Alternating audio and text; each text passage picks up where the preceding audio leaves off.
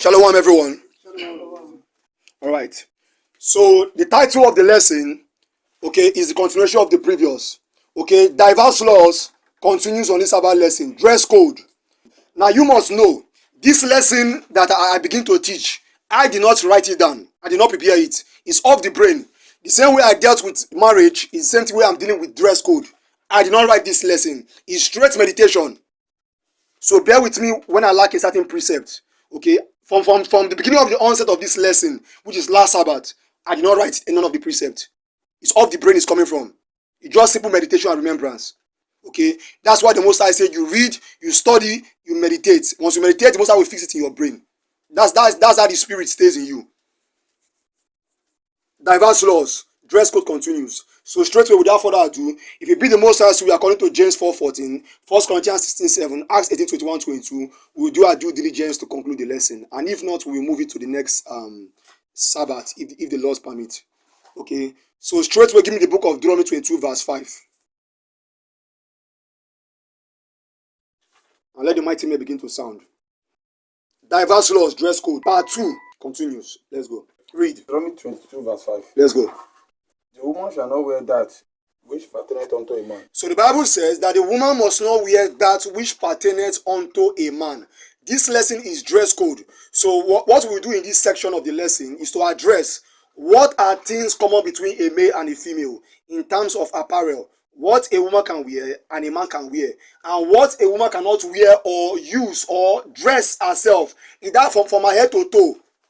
Okay, that man should not wear, and what a man can wear, woman can wear. So all that we address it on dress code. Let's go. So God says the woman shall not, okay, wear that which pertaineth unto a man. So in order for you to know that which pertaineth unto a man, that woman cannot wear, you have to vet the scriptures. Let's read. Neither shall a man put on a woman's garment. So God says, neither shall a man put on a woman's garment. For all that do so are abomination unto the Lord. Exactly. So the Most High said, if anyone does that, that's a rebellious son or a rebellious daughter. Last Sabbath, we addressed some of the dressing, okay, that male and female share in common. Am I correct? For those that are present, we address certain common dressing between male and female. Female can put on earrings. Male can put on earrings. Am I correct? Female can put on bracelets. Men can put on bracelet, the necklace, okay, the anklets. That means the ring of the feet. They can put on that. They can put on, the Most High even list some of the materials used in sewing cloths. Okay, like broaded works, lining garments, silk. You understand what I'm saying? Badger skin, so on and so forth. So the Most High address some of the material you can even use in sewing cloths. Okay, the Most High even address the color like crimson. Am I correct? So we also address that men can use makeup. Women can use makeup, but there is a limitation to makeup that men can use. So the man doesn't look too feminine. Am I correct? So we addressed that last Sabbath. Okay, in Jeremiah 4. In Jeremiah 4, 22-30, we addressed that. We even went to Jeremiah chapter 5, verse 1-12, and we stopped there. So now we will give more information as to that and more that we've not addressed yet. So the woman must not wear that which pertaineth unto a man, and man must not wear that which pertaineth unto a woman. Let's now see some of the dressing that belongs to women, which of course we have seen in Ezekiel 16, 1-14. Okay, which of course we have seen in Ezekiel 16, 1-14. So let's just do a quick recap. Give me Ezekiel 16, verse 1. Ezekiel 16, 1, then jump to verse 10-14. Ezekiel chapter 16, verse 1. Read. Again, the word of the Lord came unto me, saying, Son of man, cause Jerusalem to know her abomination. So now you have to underline this. God says, cause Jerusalem to know our transgression or our abomination. Jump down to verse 10. So this precept is for the house of Israel, Judah, predominantly. Read. Ezekiel 16, verse 10. Ezekiel 16:10. Let's go. I clothe thee also with broaded work. So God told the children of Israel, look, when you came out of Egypt, I clothed you with broaded work. I gave you favor in the eyes of the Egyptians. Okay, you had spoils, you had materials, you had gold, you have silver. You understand what I'm saying? You have enough food to eat. You spoil the Egyptians. That's in Exodus 3, verse 20-22. We addressed that last Sabbath. Continue reading.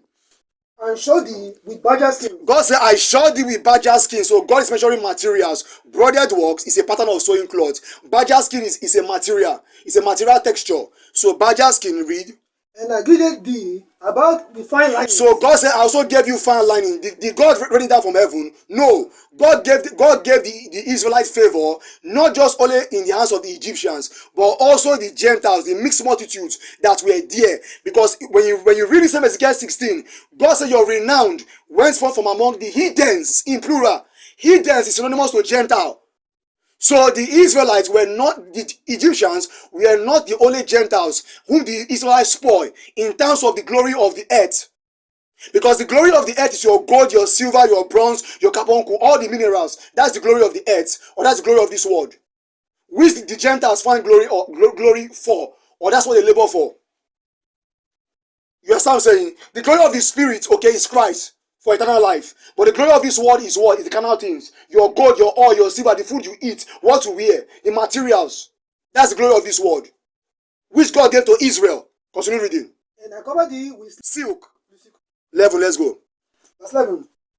I decked thee also with ornaments, and I put bracelets upon thy hands. So God is speaking to the kingdom of Judah, okay, which belong to the house of Jacob, because Jacob is 12 tribes. So even though it's speaking to Judah, which is Judah, Benjamin, Levi, all laws that goes to Judah goes to Ephraim. Am I correct? All right. Read. Ezekiel 16 verse 11. I decked thee also with ornaments. So God told Israel, I decked thee with ornaments. Ornaments could mean so many things. It could be clothes, it could be clothes, it could be clothes, it could be gemstone. Read. And I put bracelets upon thy hands. So God told Israel, I put bracelets upon your hand.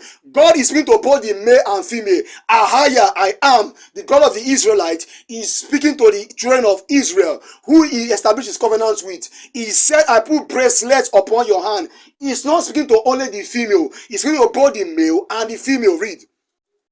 And a chain on thy neck. I put a chain about your neck. Continue reading. So mark those things. Read. Verse 12. And I put a jewelry on their forehead. So God said, I put jewels on your forehead. The Jews could mean so many things. Have you seen the Indians? Have you seen what they dress? Have you seen Jews on their forehead? Okay, the women does that. A man too can do that. Those are Jews. When you say crown, is that not a Jew? Is crown a Jew? Yes. Crown is a Jew. So that I continue reading. And earring in their ears. So God said, I put earrings in your ear like you see me have. I have earrings in my ear. So God told the children of Israel, I put earrings in your ear. Okay, both the male and the female. This is your maker speaking, not you. Me, I don't hear man. I hear the Most High. I hear the spirit. I don't hear the flesh. People fear the flesh, so therefore they do things of the flesh, and they are always afraid of the flesh. Me, I hear the spirit.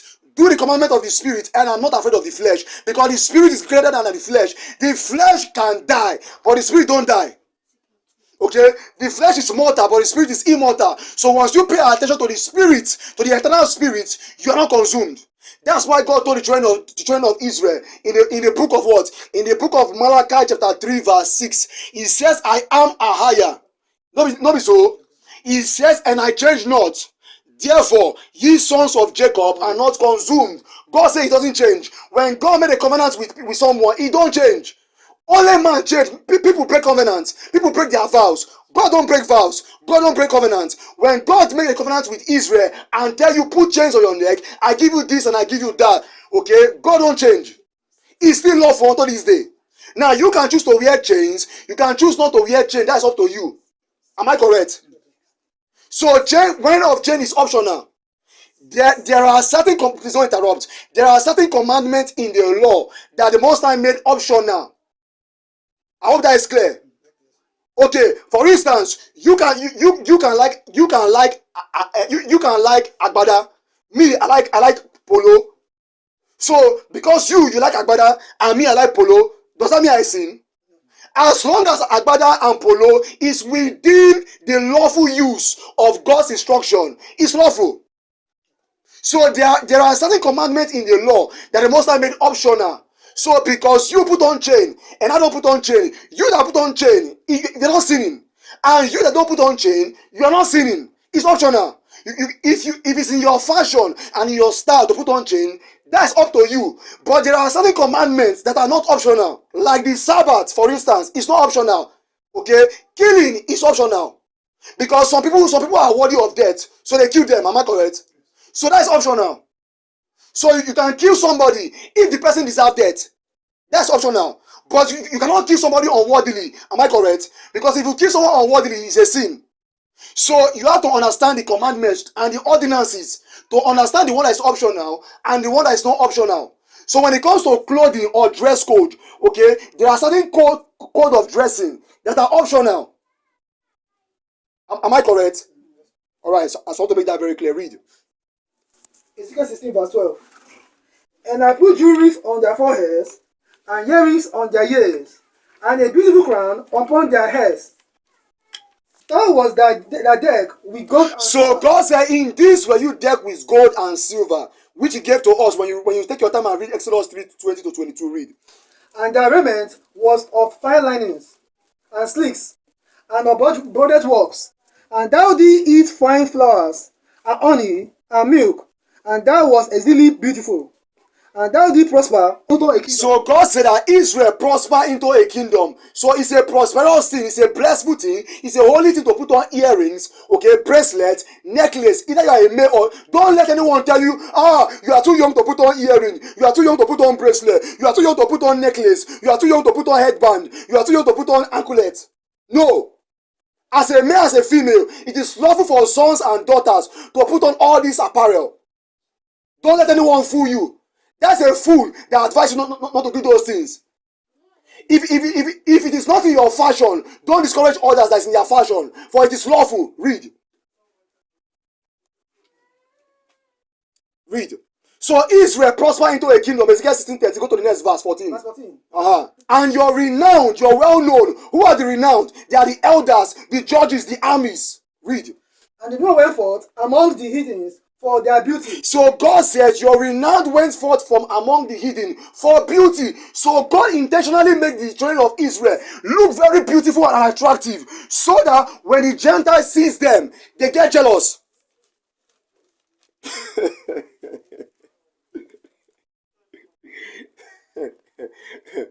I hope you are following.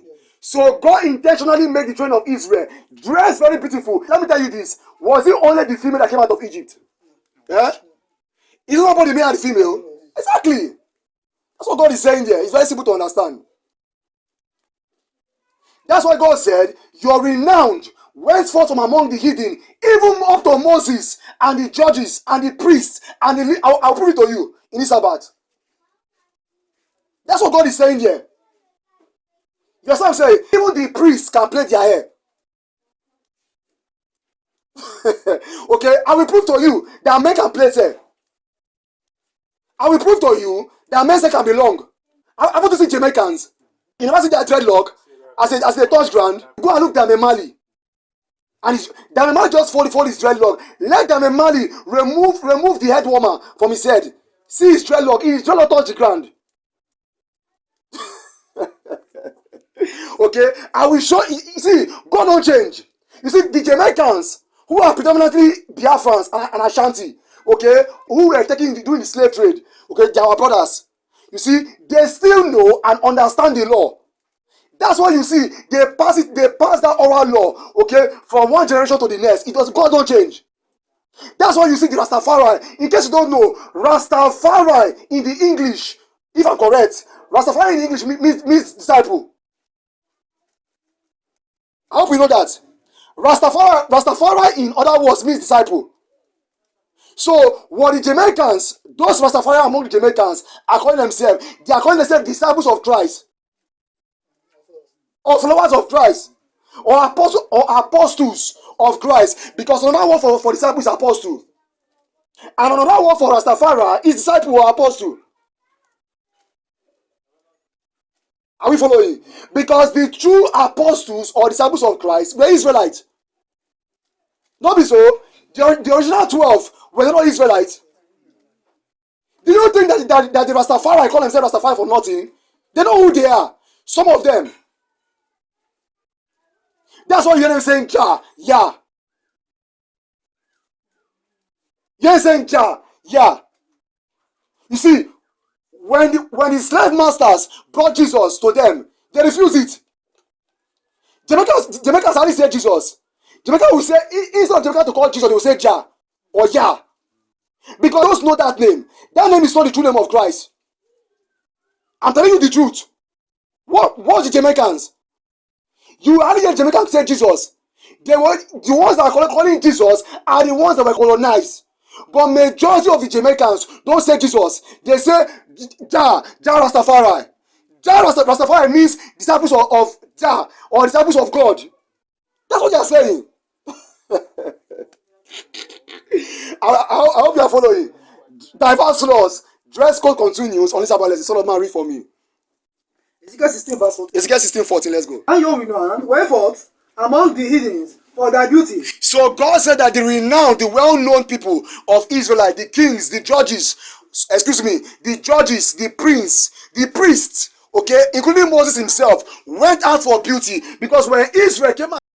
So God says that when Moses and the Israelites came out of Egypt, I designed them. Okay, they look very beautiful. They dress well. God said that it was perfect according to my own beauty, according to my own comeliness. Read. Which I have put upon thee, said the Lord God. Exactly. Which I have put upon thee, said the Lord God. Read. But thou didst trust on thy own beauty, and playest thy harlot, because thy renewal and poured out thy fornication on everyone that passes by. Go on. It was, verse 16, and our garments. So God says, and of your garments thou did take and deck the high places and diverse color with diverse colors. He says, and play the harlot thereupon. And he says, the lighting shall not come, neither shall it be so. He says, thou hast also taken your fell jewels of my gold. He says, and of my silver, which I have given thee. He says, and make to yourself images of men. So God is telling the children of Israel, these things that I gave to thee are literal. God is not speaking figuratively. God is not speaking in parables. Okay, God is speaking direct. So God told the children of Israel, look, all these things that I gave you, that I spoiled the Gentile nations, and I blessed you with when you came out of Egypt. Now you are getting proud. Now you are beginning to serve the God of the Gentiles. Now you've taken those gold and those silver and begin to make graven images of men. Like you see these days, people making images of men. So God said you are taking those images, like what Israel did. They told Aaron, make us a God that brought us out of Egypt. So therefore, when you go to Exodus 32, verse 2, you start saying, what did Aaron tell them? Aaron told them, remove the earrings that's upon your sons and your daughters. And Aaron took it and do what? And charged certain men that were skillful and were cunning in making of what? Of brass and of stone. And they make gods, okay, the golden calf.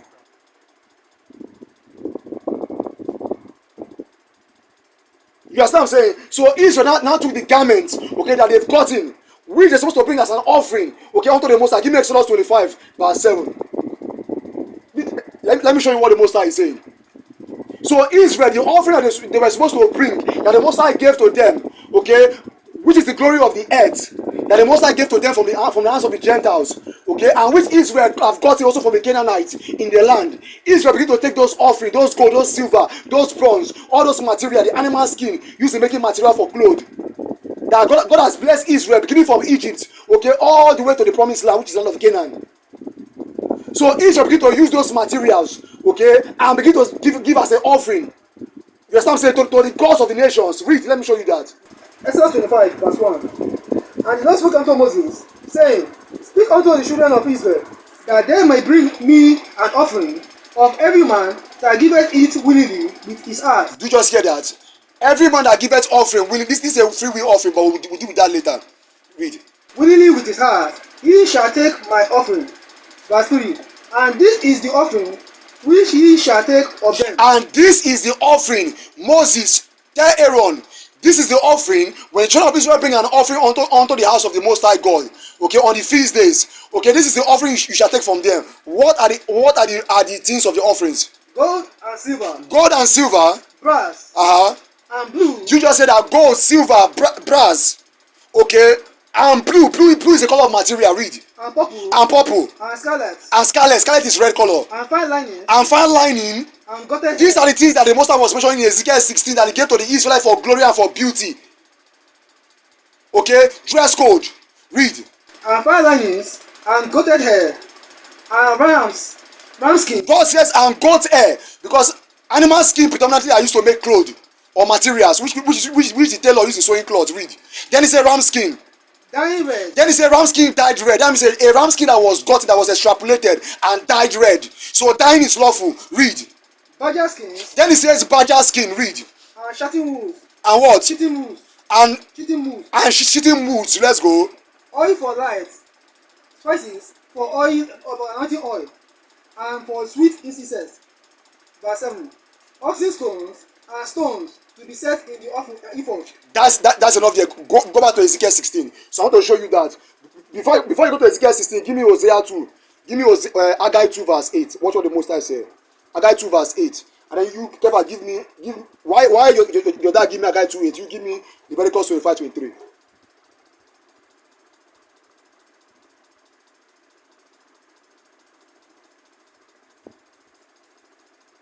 Haggai 2 8. Let's go. The book of Haggai 2 verse 6. Read. The silver is mine, and the gold is mine, said the Lord of hosts. So God said that the silver is mine and the gold is mine, said the Lord of hosts. So the silver and the gold belongs to the Most High. Where can you get silver and gold from? Before you get that, you give me the book of Genesis chapter 2 verse 10 or the Garden of Eden. Now you Leviticus 25. Let's read. Leviticus 25.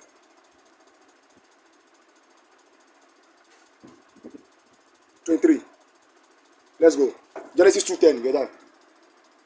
Book of Leviticus chapter 25 verse 9. Let's read. The land shall not be sold forever. So God said the land shall not be sold forever. Read. For the land is mine. For the land is mine. For ye are strangers. And sojourners with me. For you are strangers and sojourners with me. The land must not be sold forever. So God is saying the gold is mine, the silver is mine. I want to show you that the gold and silver is gotten from the land, and God is saying the land is mine. So when God is telling the children of Israel in the book of Ezekiel 16 that the silver and the gold we are getting there, give me Genesis 2 verse 10. Let's go. I want to link everything up for you. And the river went out of Egypt. So God said, and the river went out of Eden to water the garden, and from thence it was parted, and it became eaten for others. Verse 11. The name of the first is Pison. So take it to this river. I want to stop at verse 12. So God said that the name of the first river is Pison. That is it which compasses the whole land of Avila. So this river passes the whole land of Avila. Take it is the land of Avila. So a river passes the land of Avila. Read. Where there is gold. So God said in the land of Avila where there is gold. So gold is gotten from the land. Am I correct? So God is extrapolated from the land. And God says that the land shall not be sold forever. For the land is mine. And ye are strangers and sojourners with me. Because God gave Israel the land of Israel. God gave Israel the land of Canaan. And God made the earth. Am I correct? Get me the book of Genesis chapter 1. Let's see who made the land. Israel did not make the land. So I see your own. God gave it to you. Give me Genesis 1 verse 8 to 10. So continue reading. Read. Genesis 1 verse 8. Okay, you're already going there. Let's go. And God called the firmament and heaven, and the evening and the morning were the second day. Verse 9. Verse 9. And God said, let the waters under the heaven be gathered together. Yes. Unto one place. And let the dry land appear. And it was so. So God called Israel and earth. And the gathering of the waters, God the Most High sees. And God said it was good. That's enough there. Genesis 2 verse 1.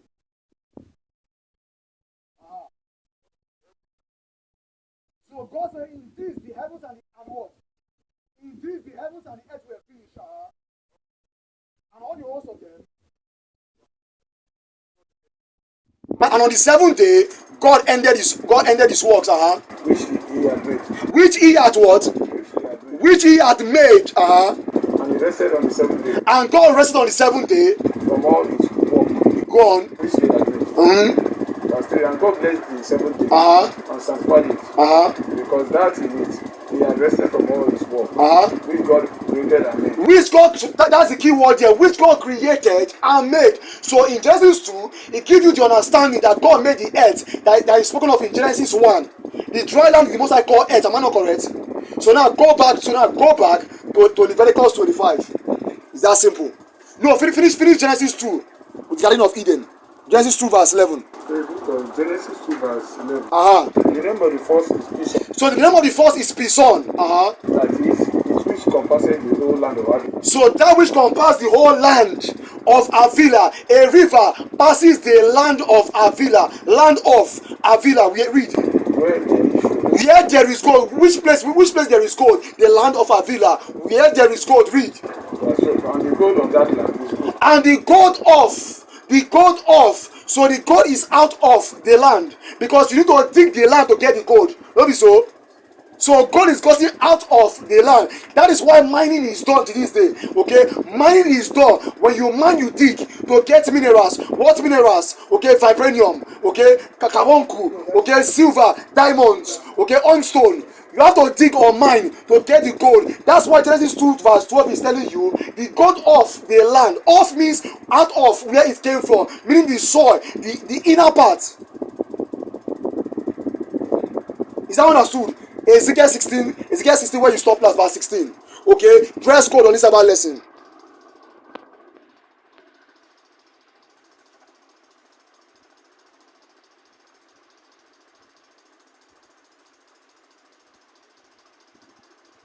Ezekiel 16:17. Thou hast also taken the fair Jews. So God says, thou hast also taken your fair dues of my gold and of my silver. Notice God said of my gold and of my silver. That's why we read the book of Haggai 2 verse 8, where God says the silver is mine and the gold is mine.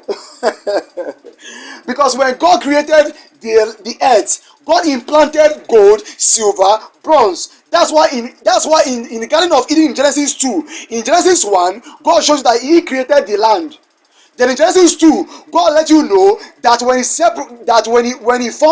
he planted a garden in Eden, okay, God gave us an information that truly when he made the earth, gold is there, silver is there.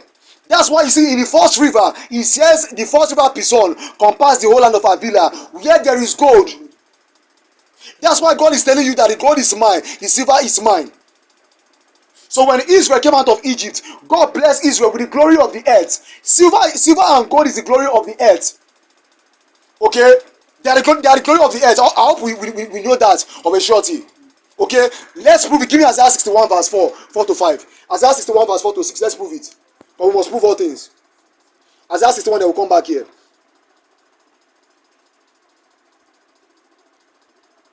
Isaiah 61, 4 to 6. God even said you will even boast yourself. Book of Isaiah chapter 61 verse 4. Uh-huh. And they shall build the old waste, and they shall raise up the former desolation, and they shall repair the waste cities, the desolation of... So this is a future event when Christ comes. Read. Verse 5. The strangers shall stand and feed your flocks, and the sons of the aliens shall be your plowmen. Alien is another word for strangers or foreigners, okay, or outlanders. That's another word for alien. The same thing as strangers. Read. Shall be your plowmen and your vine dressers. Meaning that they will be your farmers. Okay, the Gentiles will be your farmers. They will go and work in your farm. Read. Verse 6. Just as what they did to us during the slave trade, as we work in their plantation and we are picking cotton, okay, and they were killing us. You need to watch the movie. Okay, there's a movie titled by the name of Emancipation. That movie is a very horror movie. Read. That's why God said, as you have done to them, I also do it unto you. The book of Obadiah 1:15. God said, like as thou hast done, it shall be done unto you. Your reward shall be done upon your own head. And that's why God said in Revelations chapter 13, verse what's that precept? Verse, I think it's for verse 9 or 10, where it says, he that lead into captivity shall go into captivity, and he that kill with the sword must be killed with the sword. Here is the faith and patience of the saint. Continue reading. This is 1 verse 6.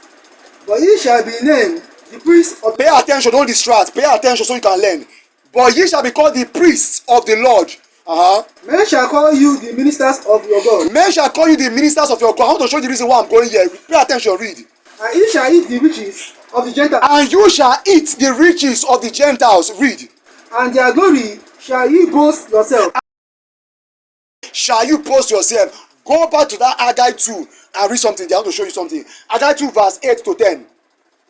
So God says, in their glory, okay, shall you boast? No. Isaiah 60 verse 12. and in their glory shall you boast yourself. Isaiah 60 verse 12. Book of Isaiah 62. For the nation and kingdom that will not serve thee shall perish. So God said, for the nations and the kingdom that will not serve you, Israelites, shall perish. Read. Yeah, those nations shall be utterly wasted. So God said those nations shall be utterly wasted. This is when Christ comes. Read. They will serve us. Read. The glory of Lebanon shall come unto thee. What did God says? The glory of God said Lebanon. the glory of Lebanon, because the glory of the Gentiles are the things of the earth. The glory or the riches of the Gentiles are the things of the earth. That's why when Israel came out of Egypt, okay, God spoiled the Egyptians and gave us gold, silver, clothing. Okay, these things were the glory of the Gentiles that God gave to the Israelites. God said the glory of Lebanon. Read it again for me, please. The glory of Lebanon shall come unto thee. So God said the glory of Lebanon shall come unto thee. God will one more time do it again. One more time do it again and spoil the Gentiles and give us their riches. As he did to us when we came out of Egypt. Okay, there will be one more time. Okay, another deliverance, another great deliverance. Okay, where God will deliver the children of Israel, gather us together from the four winds and bring us, and Israel shall be revealed to all nations. Okay, already some of the elites, okay, some of the elect of the Israelites already know the land of Israel. But Israel shall be made manifest, okay, to everybody. Most people don't know where Israel is. Okay, God made it very clear in second Ezra 13 that Zion shall be made manifest. Zion shall appear. Because people don't know where Zion is. I'm telling you the truth. Okay, God says Zion shall appear to everyone. But some people in this time already know where Zion is.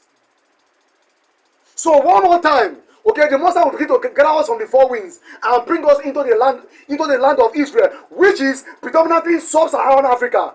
Okay, West African, okay, Central Africa, East Africa, okay, and Southern Africa, and part of North Africa because of Goshen. Because Goshen belongs to Israel, and Goshen is north of Africa. So there is a fragment of all the coast of Africa that belong to Israel. I'm not saying the whole of Africa is Israel, but there is a fragment of all the land or all the coast of Africa that belong to Israel. Okay, because the Assyrian is close to us. Okay, the Edomite is close to us. That's why we need to pass through their land to get to our land. So they are close to us, yes. Because Hamites are close to us, and some of the sons of Shem, their land is close to us. Because Edom is Shemite. Okay, the Assyrians are Shemite. Israel too are Shemite. So Shem and Ham share borders together. And some of the sons of Shem share borders together. So the whole of Africa is not Israel. So Israel, the true land of Israel, share borders with its own fellow brothers that are also Shemitic. And they also share borders with the Hametics. So back to my point. Let's read.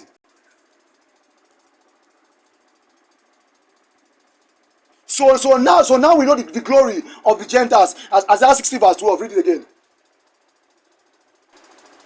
In the book of Isaiah 60 verse 12. The glory of Lebanon shall come unto thee, the fir tree, the pine tree, and the box together, to beautify the place of my sanctuary. So God said that the fir tree, the pine tree, the box tree, to beautify the place of my sanctuary. God loves beauty in all aspects.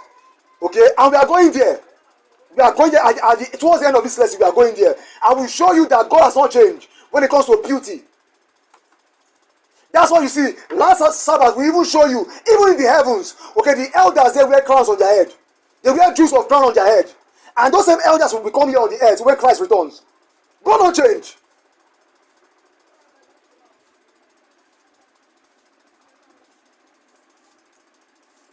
Ezekiel 16.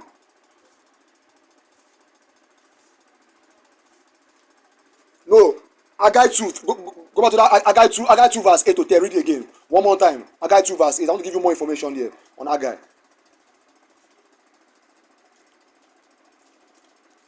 Where God said the silver is mine, the gold is mine. Start from verse 7.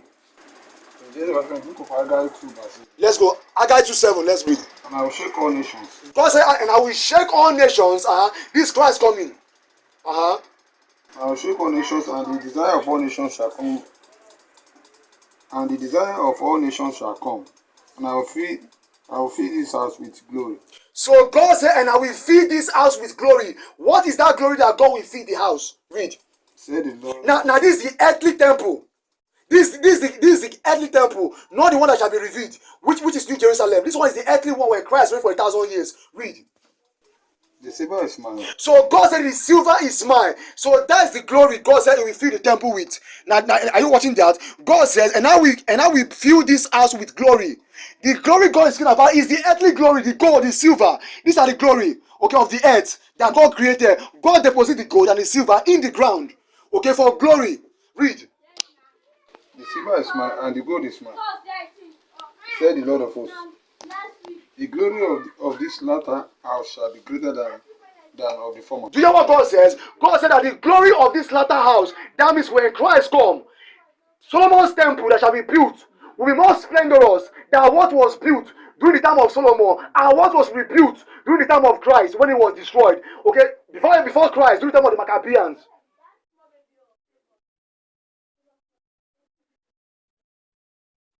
That's what the president is telling you. That the glory of this latter house shall be read it again. The glory of this latter house shall be greater than of the former. God said that the glory, because the glory is the gold, the silver, and when you read Isaiah, it tells you of the pine tree, the box tree, the fir tree. Okay, so Solomon's temple was built with gold. Am I correct? It was overlaid with gold. It was built with trees. Okay, that's why Solomon had to meet Uram, okay, king of Tyre. You know, Solomon had to meet the king of Tyre, Uram, and asked him to give him what? Trees. Okay, trees and gold. As a matter of fact, Solomon made Tyre a tributary. Solomon made Tyre king of Tyre a tributary.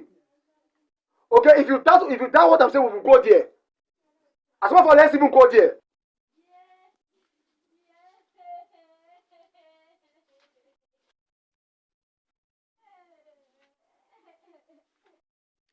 First Kings 9 start from verse 14. The one Second Chronicles does he have trees? He has trees, Abby. Okay, I want the both. I want Second Chronicles 9 and I want First Kings 9:14. First Kings 9:14 first. And the book of First Kings 9:14. Read. And Hiram sent to the king 6 talents of gold. So and Hiram is the king of Tyre. He sent unto the king is Solomon, six score talent of what? 6 score is 60. 6 score is what? 60. Am I correct? A score is 20. 3 times 20 is what? 60. So Hiram, king of Tyre, a Canaanite, Gentiles, sent unto Solomon 60 talent of gold. Read. 6 score is 120. Huh? 6 score is 120. Thank you very much. 6 score is 120. Read. 6 talents of gold. Uh-huh. And this is the reason of the levy which King Solomon. And this is the reason of the levy. Another word for levy is what? Eh? What do you say? Tax. Clap for him. Clap for him. Yes. Another word for levy is tax. So Solomon was taxing Hiram, king of Tyre. Tyre, king of Tyre, has to bring a levy, a tax of gold. That's why you see when the Gentiles defeated Israel to this day, we are the one bringing them levy. That's why you see we have gold in the land and we are suffering. You have gold in your land and you are suffering. You have vibranium. Congo has vibranium that the Gentiles are using to build nuclear weapon. Vibranium is used to develop nuclear weapon. And yes, Congo is poor. Nigeria, the number one oil nation in Africa, they are poor. I'm telling you, Nigeria is number one oil nation in the world, but the world will never agree that. They will either use Russia or China, but it's a lie. Nigeria is number one in Africa, number one oil nation, and the land of Israel, Nigeria is among it. You see, you have resources in your land, and you are suffering because you don't know the history of who you are. I'm Igbo, I'm Yoruba, and this and that. Where was Yoruba during the Old Testament? Does it exist? So that means Yoruba came from somewhere. The Igbos came from somewhere. So until you know that history, then you know the reason why you're calling yourself Yoruba and Hausa, then you can understand what's going on in your economy. Okay, we have done our own research and our own history. That's why you see us, we know. That's why you see Nigeria has oil and they are suffering. They are still borrowing money from IMF. Okay, International Monetary Fraud Bank. Okay, exactly. I was about to say that. Set up by the Rothschilds. The same Rothschilds fool you. The same Rothschild created the state of Israel today. The 1948 Israel, do your research. The document is there. The document is there. Okay, the creation of Israel was done by the Masons. Okay, the Freemasons was done by the Jewish people, the Jewish Kabbalah, the wizards. Okay, Kabbalists are wizards. But the Jewish Kabbalists, okay, the Rothschilds. Okay, okay, see, let me tell you something. A letter was sent to Rothschild for the formation of Israel. I have the letter. Okay, I have the letter, the black and white copy. Okay, the black and white copy of the letter. Okay, that was sent to Rothschild for the formation of Israel. How can Rothschild have the authority to create Israel? How can Rothschild have the authority to create and to choose the land where Israel is to be? Remember, they wanted Uganda to be the land of Israel. They said no, let's not make it Uganda. Let's go and choose a desert in the place they call Middle East today. Most people don't know this. Because the true land of Israel is conceived from your eyes. Because the Jewish people, the fourth beast, the Roman Empire, are behind this. They are the one, the Edomites. They are the Edomite kings of Rome. I keep saying that a lot. That's who they are. They are the Edomite kings of Rome. You see the Caucasians, their bloodline is Edom. They are using the Roman kingdom, okay, as their base. That's why I call them the Edomite kings of Rome. They are the Caucasian, beginning with the Caesars. Okay, they are the Edomite kings of Rome. They are the dukes. Go and study Esau. Esau is a duke. That was the title. That go and look at the dukedom of Esau in Genesis 36, verse 1 to the end. You will see the chieftaincy, okay? You will see the chieftaincy or the title given to an Edomite. They gave themselves duke. Which people call themselves duke today? Eh? All fools are slow of understanding. Tell me something. Which nation or race of people call themselves dukes of today? Because you see, God gave you a simple sign to know who are the ruling people today. Okay? If you study prophecy, link that up, you will know that these people can never hide themselves. They are the Edomites of today. They are Jacob's brother, oppressing Jacob, because Jacob transgressed the commandments. God sold them to these people, to their own pathological twin. They are the one oppressing us today, predominantly in league. You're still saying in league with the Gentiles. That's why if you link up the prophecies, okay, David told you in Psalm 33, verse 1 to 7, that these nations are confederates. That they have said, come, let us cut off Israel, that the name of Israel may be no more in remembrance. That's why you see, people don't know who the true Israelites are. They're using the fake people to replace Israel because they don't want you to know who you are, that you are the true Israelites. These Gentile nations are confederates, that the name of Israel may be no more in remembrance. As a matter of fact, if you study the history, they were confederates to root out the Israelites from existence. If you study prophecy, they divide our land and rename it. It's there. All the info is there. And I've taught that many times. I'm not even going there. Is that understood? Dress code on this about lesson, a powerful lesson. Okay, a lesson that will change your mentality. For those that seek wisdom, not fools. This lesson is not for fools. Fools should go away. Don't even come here. Fools should go away. Go far away. Don't even come here. Read Son of Man. The glory of I got 2 verse 9. The glory of this latter house. No, that wants 1 Kings. First Kings with Uram. First Kings 9:14. Okay, the book of 1 Kings 9 verse 14. Mm-hmm. And Hiram sent to the kings 6 talents of gold. 6 talents of gold.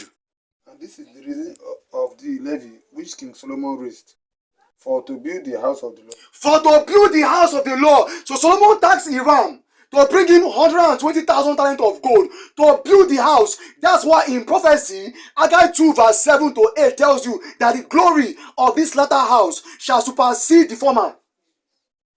Because when you go and study Solomon's temple in 1 Kings 7, read the whole of 1 Kings 7, you will see all the material Solomon eventually used to build the temple.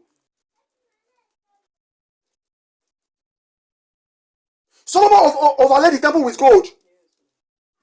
Solomon used ivory. So many things to build. To build his own throne and his own house too. Read. All the info is there. I'm not making this up. People just don't know history. People just don't know precept. So when you don't know precept and when you don't know how to decode what has been coded, how can you encode? Okay, and create a network, a link to feed others with that channel. You don't have to do that. So someone that has done his homework, why don't you stay quiet, stay humble and learn? Because for me to learn, I have to stay quiet, stay humble, and learn. Simple as that. Knowledge pass from one person to another. Because I pass knowledge to you doesn't make me greater than you. No. Read. And this is the reason of the levy which King Solomon raised for to build the house of the Lord, and his own house, and Milo, and the wall of Jerusalem, and Azor, and Megiddo, and Gaza. Verse 16. That's enough there. Let's go. Solomon. Chronicles, let's go. Dress code on this Sabbath lesson. 2 Chronicles 9, verse 10, I believe so. Yes. Verse 9. 2 Chronicles 9, let's go. Book of 2 Chronicles, chapter 9, verse 9. Uh-huh. And she gave the king 120 talents of gold, and of spice great abundance, and precious stones. Neither was there any of such spice as the queen of Sheba gave King Solomon. So the queen of Sheba gave King Solomon spice. Okay, these spice are perfumes. Okay, dress code. Don't worry, I will show you perfume is lawful. We are going there. We are dealing with, as I said, we are dealing with dress code thoroughly from head to toe. What you put on your body, head to toe. Read, son of man. Verse 9. And she gave the king. This lesson is strong meat for those that can. I have said it from the beginning. This lesson is strong meat because I will go very deep on this lesson. Continue reading. She gave the king 120 talents of gold, and of spice greater abundance, and precious stones. Neither was there any such spice as the queen of Sheba gave King Solomon. Verse 10. And the servant also of Uram, and the servant of Solomon, which brought gold from Ophir. Uh-huh. Brought Alagun. Bought Agun trees. So you see, Agun trees. So you have the gold, you have the silver. Okay, that is servant of Uram, king of Tyre. Okay, in conjunction with the servant of Solomon, they went to Ophir. Okay, which is within Mozambique or Zimbabwe or Great Zimbabwe. Am I correct? Great Zimbabwe. That's where the original Ophir is, land of Ophir. Okay, so they went there and get gold. Read. And brought agron trees and precious stones. Verse 11. And the king made of the agron trees terrace to the house of the Lord, and to the king's palace. Yes. And harps and psalteries. For singers. Mm-hmm. And there were none such seen before in the land of Judah. And there was none such seen in the land of Judah. All these things God gave to the children of Israel. Get me back Ezekiel 16. Let's go there. Dress code. Diverse laws. Dress code on this about lesson. Part 2.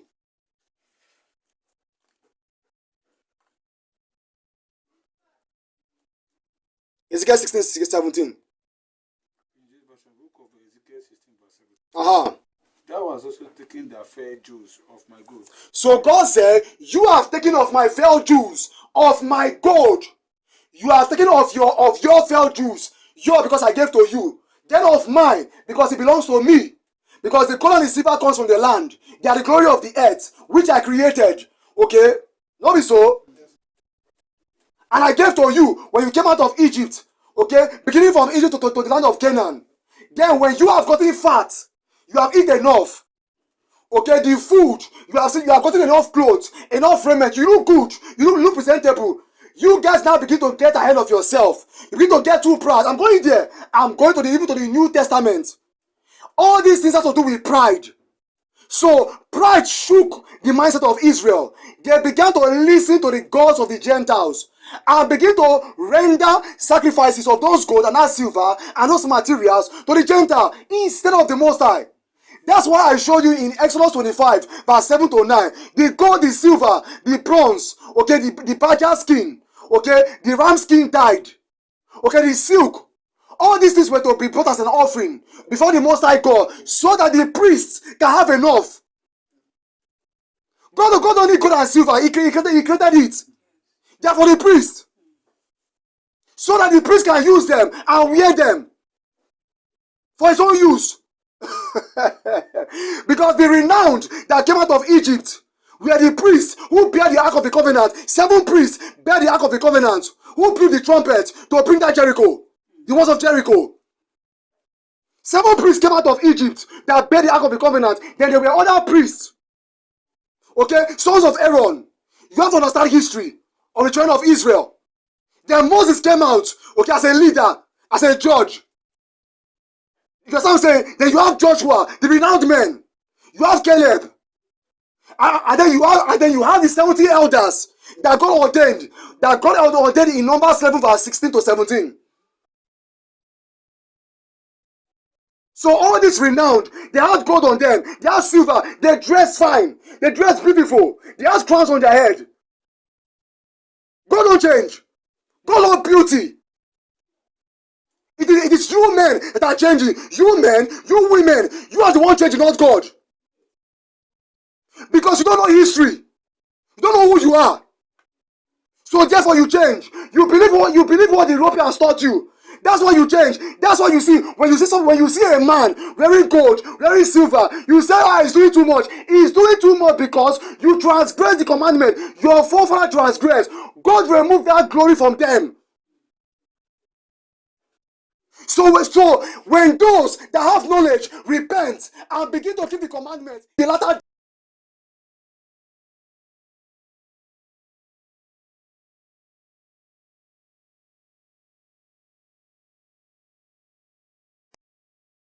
Ezekiel 16:17. 17. Yeah. Thou hast also taken the fair jewels of my gold.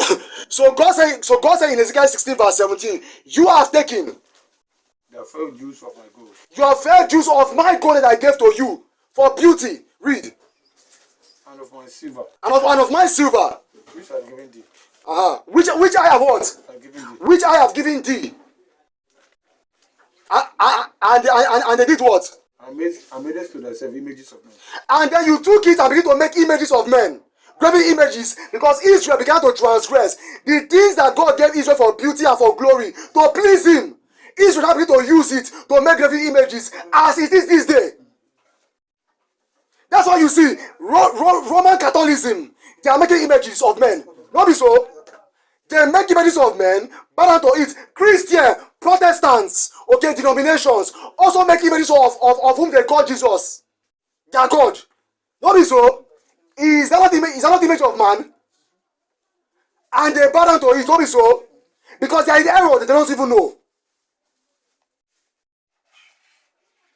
These people are worshiping the devil. They don't even know. Reason of man. 18. And tookest thy broidered garments, and covers them. And thou hast set my oil and my incense before them. Verse 19. My meat also which I gave thee. Now hear what the Most High says. What verse is that? 19. God says my what? My meat. God says my meat. Also which This way, see, hold on. This is why people don't understand Paul. This is why people don't understand the New Testament. You can never understand the New Testament without the Old. No man begins a journey without knowing the route of where it's to go. Okay? Can you cook a food? Can you cook a food without ingredients and get a taste? Okay? Can you say I'm an engineer without going for the study? Can you say I'm an adult without working, without going to work? Tell me a man, okay, that do something without an origin.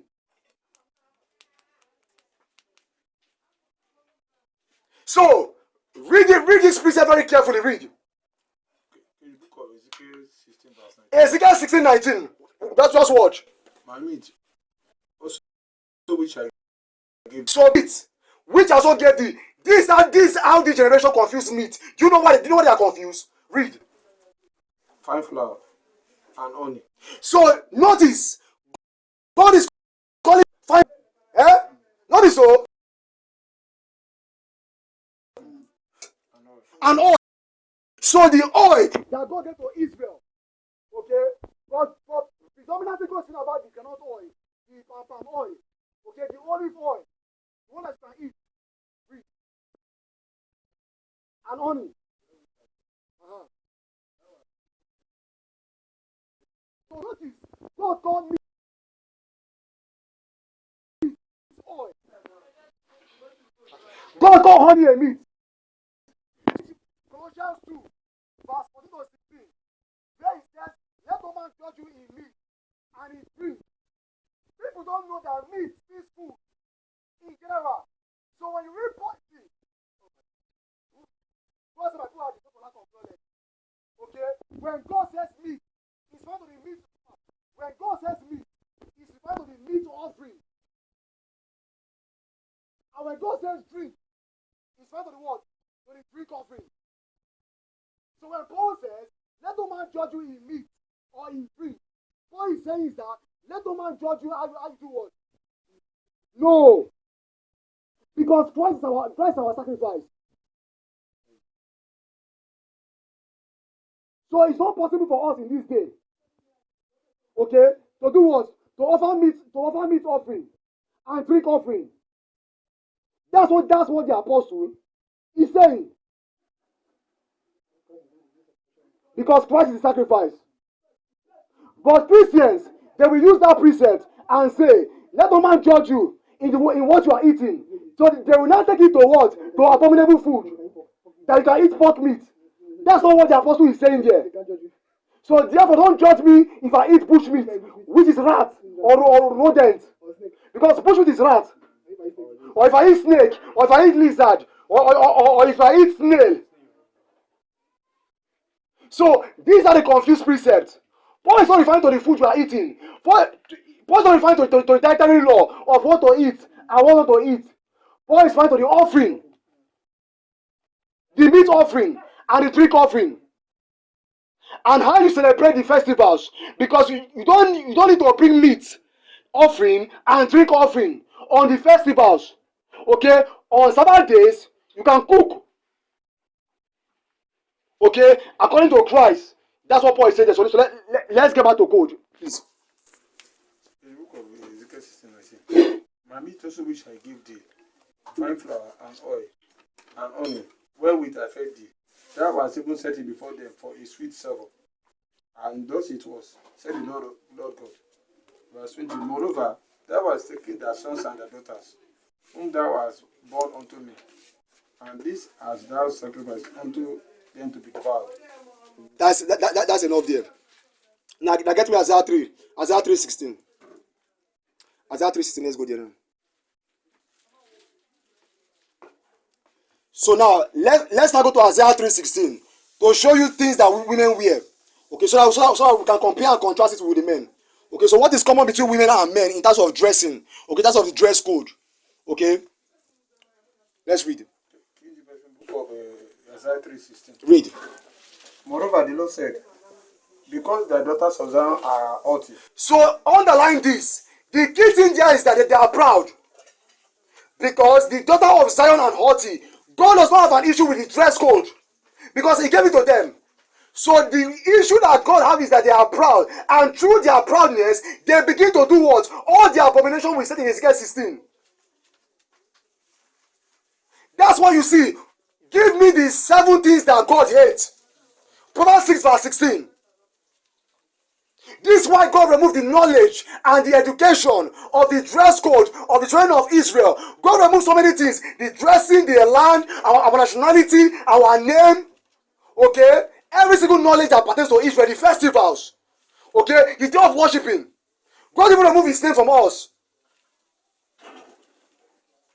Because we became too proud. when God give us these things. Read. Proverbs 6. Oh, hold on. Let me join you there. Proverbs 6:16. In the version book of Proverbs 6:16. Read. These are the Let's go. these 6 things. Okay, the book of Proverbs 6:16. Proverbs chapter 6 verse 16. Let's read. These 6 things do the Lord hate. So the Bible said these 16 do the Lord hate. These 16 do a higher hate. Yes, 7 are abomination unto him. 7 an abomination. Read. A proud look. So the number one thing God mentioned is the proud look. That's my point here. Let's not go back to Isaiah 3. In the book of Isaiah 3 verse 16. Yes. Moreover, the Lord said, because the daughter of Zion are haughty, and walk with stretched forth necks. So because the daughters of Zion, so these are the females.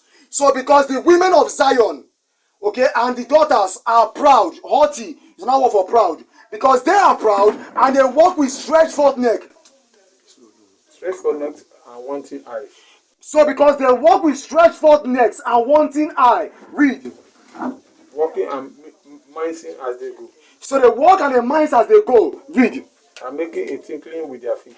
And making a tinkling with their feet. The tinkling is the tinkling ornament. That is the bells, the anklets, the ring of the ankle, down the feet.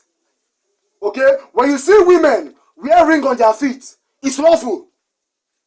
Let nobody vibrate. Let nobody vibrate like phone. Stop vibrating. It is because you don't know the law. She is not a harlot as long as she keeps the commandments and she wears ring on her feet. Okay, she is not a harlot as long as she keeps the commandments and she respect the Creator. Okay, she is not a harlot. It is lawful for the woman to do that. Read. Therefore, the Lord will smite with a scarf the crown of the head. Where are you reading? 17. Let's go. Therefore, the Lord will smite with a scarf the crown of the head of the daughters of Zion. Therefore, the Most High God will smite with his scarf, okay, all the daughters of the hair of Zion. What is the scarf? God is now putting a curse upon the children of Israel, the daughters, the female. Now, this for the female dress code. When you see a woman use relaxer on her hair, what do you think happened to you when you use relaxer on your hair?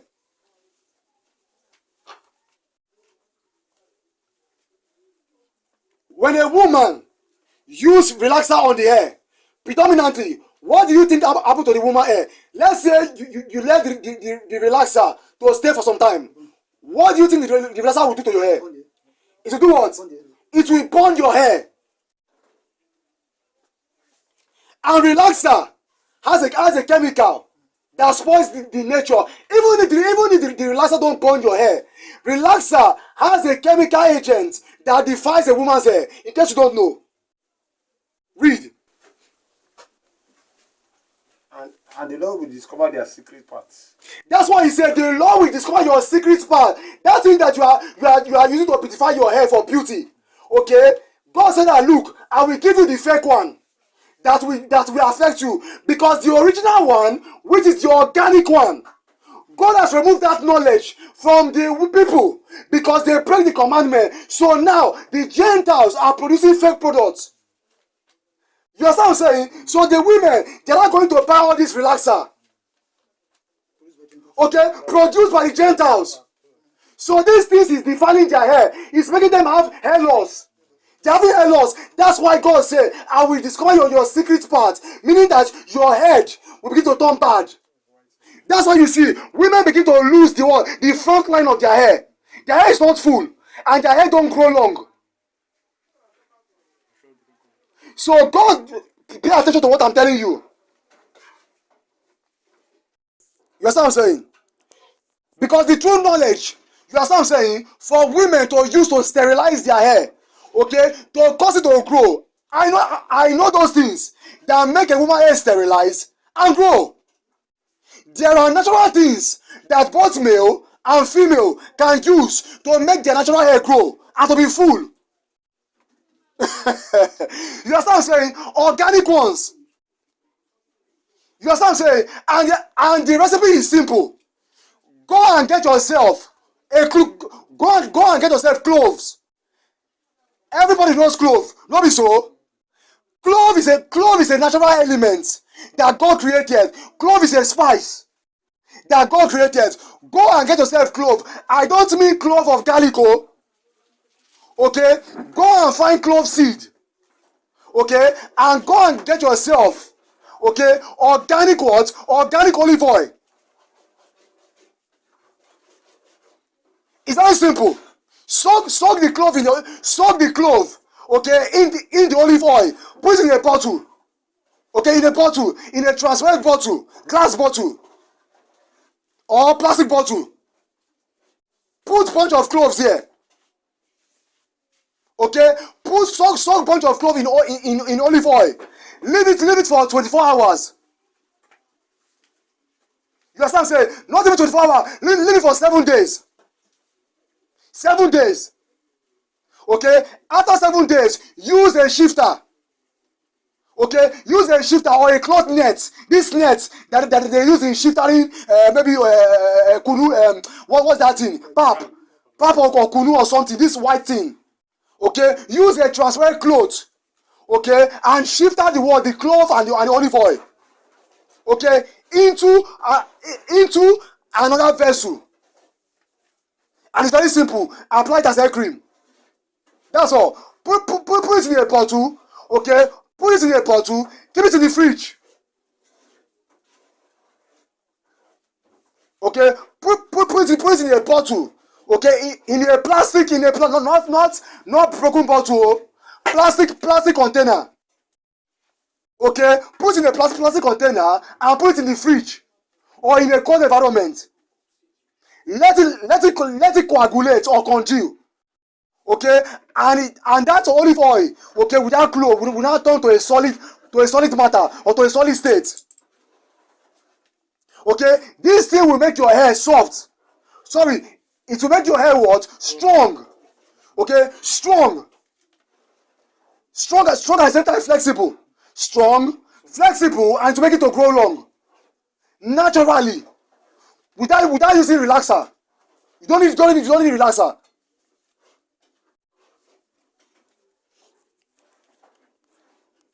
Dress code on this Bible lesson. Let's read. Isaiah 3 verse what? Isaiah 3:17. Therefore the Lord will smart with his cap the crown of the head of the daughters of Zion, and the Lord will discover their secret parts. Verse 18.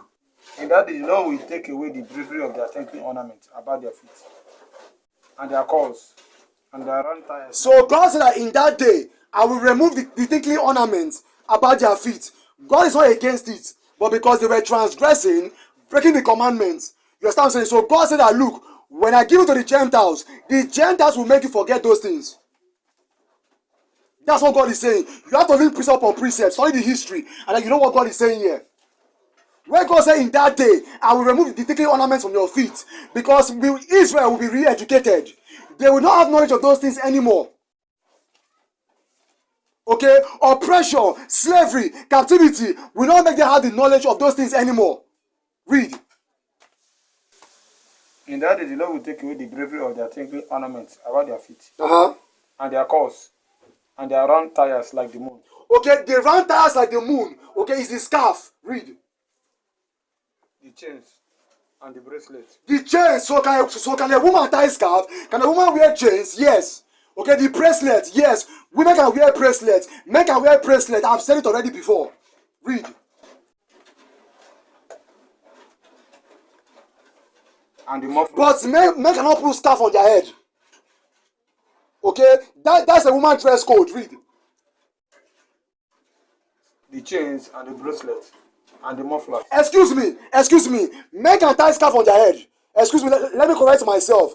Men can tie scarf on their head. It depends on what you mean by scarf. Okay, men can tie scarf on their head. I will show you. I'm going there. Continue reading. The chains and the bracelets. The chains and the bracelets. So men and women can wear chains and bracelets. That one is common between them. Read. And the mufflers. Mufflers. Men can wear muffler. I hope you know what muffler mean. Okay, let's go. So men and women can wear mufflers. Read. The bonnet. Now the bonnet. Take it to bonnet. Bonnet will link me to the scarf. Okay, Bonnet will link me to the scarf, which is the tire round like moon. So when the Bible says the tire round like moon, the tire round like moon is the scarf. Okay, that is synonymous to the bonnet. I will show you that men can wear bonnet. Bonnet is a scarf. So let's go. And the ornaments of the legs. Go on. And the ornaments of the legs. And the headbands. And the headbands. So women can wear headbands. Men too can wear headbands. I will show you that. Men can wear headbands. Read. And the tablets. And the tablet. The tablet is predominantly the mirror. Read. And the earrings. And the earrings. So women can wear earrings. Don't let your mother or your daughters or your husband say that you cannot wear earrings, or a pastor or a priest. Read. So earrings is love for women and men. Read. The rings. That's common between the two of them. The rings, that is the hand rings. The rings are the hand rings. Okay? Men and women can wear hand rings. That is common between the two of them. Read. And nose jewels. Then it says, and nose jewels. So women can wear ring on their nose. Both men and female can put nose ring on their nose. The nose jewels. Read. The changeable suit of apparel. When it says the changeable suit of apparel, that is your jacket. Is that understood? Your jacket. That is changeable suits of changeable suits of apparel. Read. And the mantles. So both men and female can wear jackets. Okay? Jacket. You know what jacket is?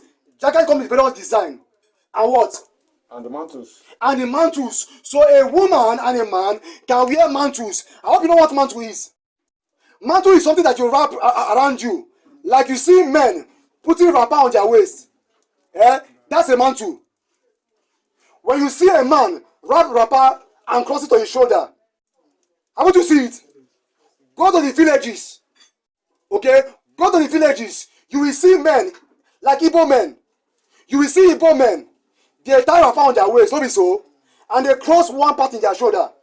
Even in marriages, okay, in certain part of Igbo land, you will see married couple, traditional marriages. You will see Igbo men wearing wrapper with native kaftan. No be so. No be so. Yes or no? They will hold staff in their hand. They will wear shoe. They will wear hats on their head. They will wear native kaftan, and they will tie a wrapper on their waist, and they will do marriage, traditional marriage. That's another example of mantle. Read. So it's still lawful to this day. Read. And the wimples. Read. And the crispy pins. The crispy pins, okay, are the things you use to band your head.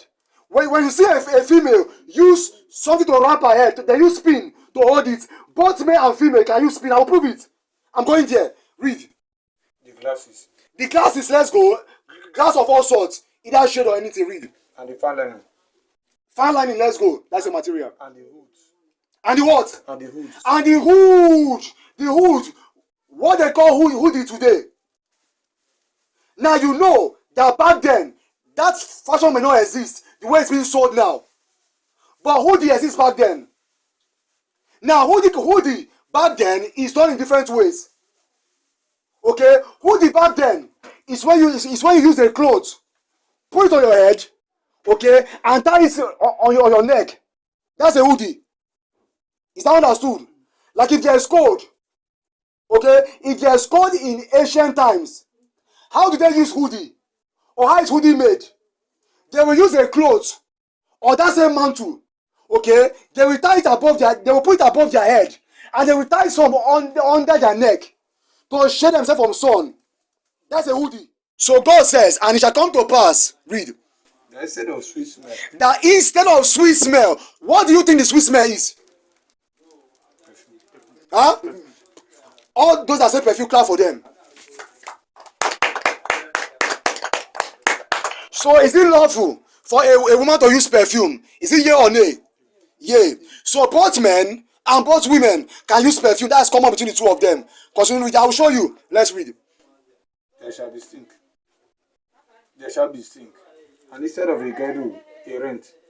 And instead of a well settled. Now notice, God said instead of a girdle, a rent. Who can tell me what's a girdle? What's a girdle? Belt. Clap for him for saying belt. So God says, instead of a kiddu, read it again for me. That's what God said. I want to show you that what God is saying is coming to pass in this day. Read. And instead of a giddy, Uh-huh. a rent. Why did God say instead of a kiddu, a rent? So God says instead of a belt, a rent. Why do you think God is saying that? Who can tell? Who can give me the interpretation of what God is saying there? If you don't know, just say you don't know. It's not a sin if you don't know. We are all here to learn. Do you know or you don't know? Eh? You don't know. Very good. Now, when God said instead of a gidu, a rent, first thing first, a gidu is a belt. So God said instead of your gidu, to give me the book. Give me the book of Deuteronomy 8 verse 4. Let me make it easy for you to understand. When you keep the commandments, God will give you knowledge to something. Just what this. God will show you his power. Give me Deuteronomy 8 verse. Give me Deuteronomy 8 verse 4. I want to show you what God is saying, and I'll apply it to this day. Deuteronomy 8 verse 3 to 4. It's very simple. And he humbled thee, and suffered thee to hunger, and fed thee with manna, which thou knowest not, neither did their fathers know, that he might make thee know that man do not live by bread only. That he may make thee that man live not by bread alone. This is where Christ get out word. Read. This was the precept. Christ used to rebuke the devil, the law. Man do not live by bread alone. Christ rebuked the devil with the law. Read. You have to know the beginning. You have to know the beginning to know the end to defeat the devil. Read. And he humbled thee and suffered thee to hunger. Just watch this. Continue reading. And fed thee with manna. And God fed us with manna. Not be so. Read. Which thou knowest not, neither did their father know. Mm-hmm. That he might make thee know that man do not live by bread only. That man do not live by bread only. Yes. But by every word that if you want to live, if any man wants life, you have to obey the commandment of the Most High. That's what he's saying. Man do not live by carnal things alone, but man live by the things that come out of the mouth of the Most High God. Because when God gives you a commandment, if you do not obey it, you will perish. If you trust in carnal things, you will perish. If you think that carnal things is your life, you will perish. And that was the mistake of the children of Israel. That's why God said the daughter of Zion are haughty. They are proud. Because they begin to trust in carnal things and refuse to keep God's commandment. They begin to sacrifice to Baal, as it is this day. Read. But by every word that proceeded out of the mouth of the Lord. But by every word that proceeds out of God's mouth shall man live. Next verse. Verse 4. The raiment wax not old upon thee. What did God says? The raiment wax not God says your raiment, your garment wax not old. Read. upon thee. Upon thee. Neither did their foot swear. Neither do your foot swell, because the raiment that the children of Israel were putting on were original. Who made those raiments? Eh? That's why I gave you the history. God said the gold is mine, the silver is mine. The things used in making clothes, the animals, who created them? Where were animals created from? From the earth. If you want anything, okay, if you want original, that is the organic. That's why I said, if you want your hair to grow, use the organic, the things that the Most High made. God will give you the knowledge and the wisdom. God will restore it back to you if you begin to keep the commandments. Did someone understand what I'm even saying? God says, your raiment did not wax old. Because the raiment that Israel put on, that they got from the Egyptians and other Gentiles, were original raiment. Today, the clothes you are using, predominantly, are they original? No. How long do they last? Can your clothes last for 40 years? Eh? Because they are fake. That's why God told you, instead of a kiddu, I will give you a rent. Meaning the thing that you put on will spoil. That's why God said, instead of a sweet smell, okay, what the God says, because the perfume that are produced today don't last, because they are fake. Because the original perfume, if you spray it, it lasts a very long time. That's what God is saying there. Because God is letting you know, I will give you the knowledge and the wisdom. If you keep my commandments, by which man live, I will restore the knowledge, and then you will use the original material to make things that will last you, that you will enjoy and benefit. That will not be a problem to you. So therefore, you don't need to spend money after money after money because something is spoiling or because something is diminishing in its power. Because the Gentiles are producing fake things in the market. They're giving fake religion, fake everything. Is that understood? Go back there to Isaiah 3:24.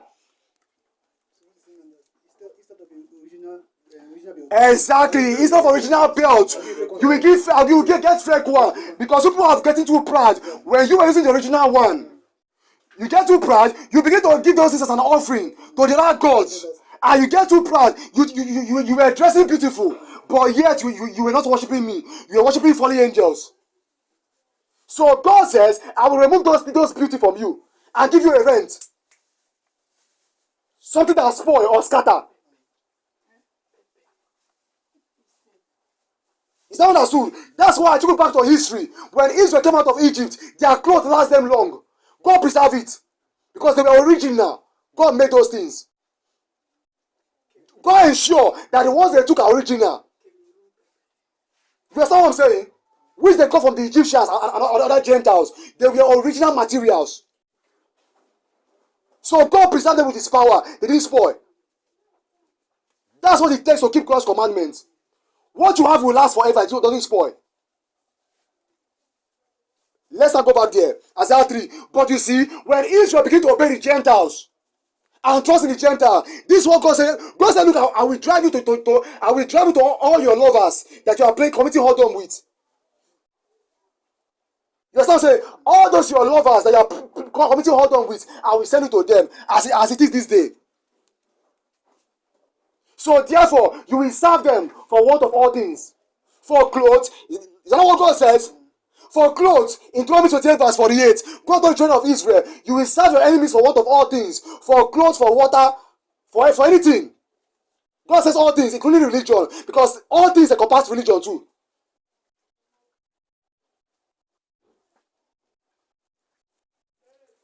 Isaiah 3:24. Diverse laws, dress code, part 2 on this Sabbath lesson. Let's read. And it shall come to pass that instead of sweet smell, there shall be stink. And instead of a girdle, a rent. And instead of well set hair, badness. Notice what God says. Instead of a well set hair, badness.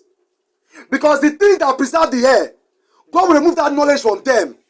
So women will begin to chop. That's why you see most women, upon their hair is chopping, they are still placing their hair backward. So he's chopping them more and more. God is punishing them. Because it's a cost that God put upon them. Your hair, your front line is chopping. You are still placing your hair backward. Because the cost is here in Isaiah 3. Because you're not keeping the commandments. So the things that you are using, saying, I want to go and relax my hair to maintain it. That thing is fake. That thing is one spoiling your hair and chopping your hair. And you still can spend money and buy fake. That's what God is saying. Because they are too stubborn. They will not listen to the commandments to keep it. So you tell me, how can God increase your wisdom to know what is going on with you or even the whole world? They don't know. They have no knowledge because they're not doing the right things. Let's read. Is that everything there? And instead of a stomach, a girding of sackcloth. Do you hear what God says? God said, instead of a stomacher, a what? A garden of sackcloth. That's why you see our clothes get old. It begin to fade. Because sackcloth are clothes you use for mourning. They tear, they fade. Because they are fake. That's what God is saying. Dress code on this about lesson. Do what is right. Okay? I will restore your glory back to you. The glory of the earth. Okay, the original things, I will give it back to you.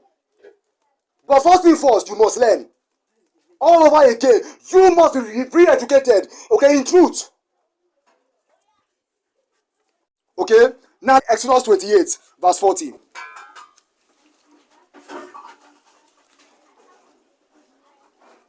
Exodus 28:40. Give me Daniel 3 verse 20. Daniel 3 verse 20.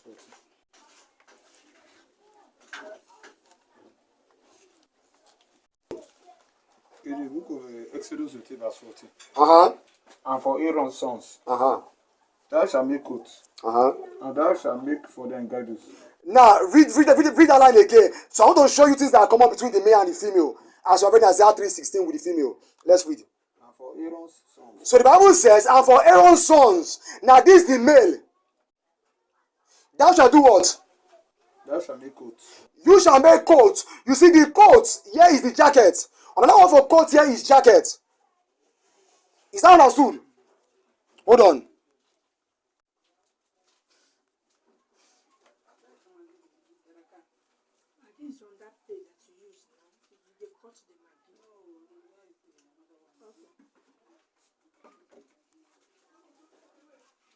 Let's look up the Merriam-Webster dictionary.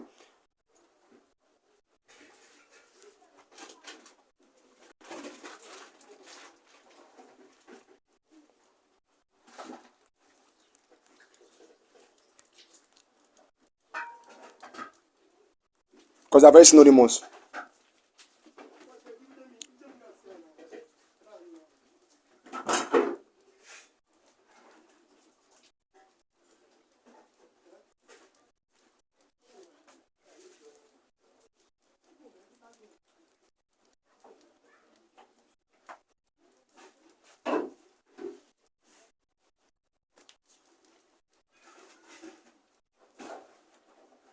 Now, this is a Merriam-Webster dictionary for coats. So I will go straight to the synonyms. Okay, it says synonyms for coat. It says fleece. It says fur. It says hair. It says jacket. It says pelage. It says pal. It says wool. Okay, synonyms, that is synonyms by noun. There's synonyms by verb. It says blanket, carpet, cover, overlay. It says overlie, overspread, sheet. So the key point there is that another word for coat as a noun synonymously is jacket. Okay, the jacket you wear, okay, to cover your body, maybe for cold. Okay, that is jacket. Okay, go back to Isaiah 3. I want to point out something there. Let's go. As Isaiah 3:22. Read it. So I want to show you that suits, jackets, coats, they relate. Let's read. So men can wear coat or suit or jacket. Women can wear. Now I'm comparing and contrasting what I'm doing here. Read. In the book of Isaiah 3:22. Mm-hmm. The changeable suit of apparel. So the Bible says the changeable suit. What is changeable? Something that you can change. So then it says suit. So let's now go to the Merriam-Webster dictionary to get what suit is. Now here is the definition. Okay, according to the Merriam-Webster dictionary for suit. Okay. So this definition 1A, it says an example of two or more usually matching outer garments. So anything outer garment. Then it says such as jackets, such as a jacket, vest or vest. Okay, vest is something as vesture, like you see Christ put on. Okay, that's jacket. That's why I'm telling you, male and female can wear it. So it says such as jacket. Okay, vest. So that is predominantly what a suit is. Isaiah 3 verse 22. Let me read it again for me. Okay, the book of Isaiah 3:22. Mm-hmm. The changeable suit of apparel. So the Bible says the changeable jacket of apparel, because apparel is something that covers.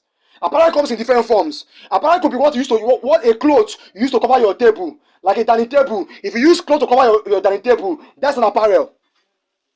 Apparel comes in different ways. Okay, that's apparel in general. So jacket is also an apparel. Okay, all right.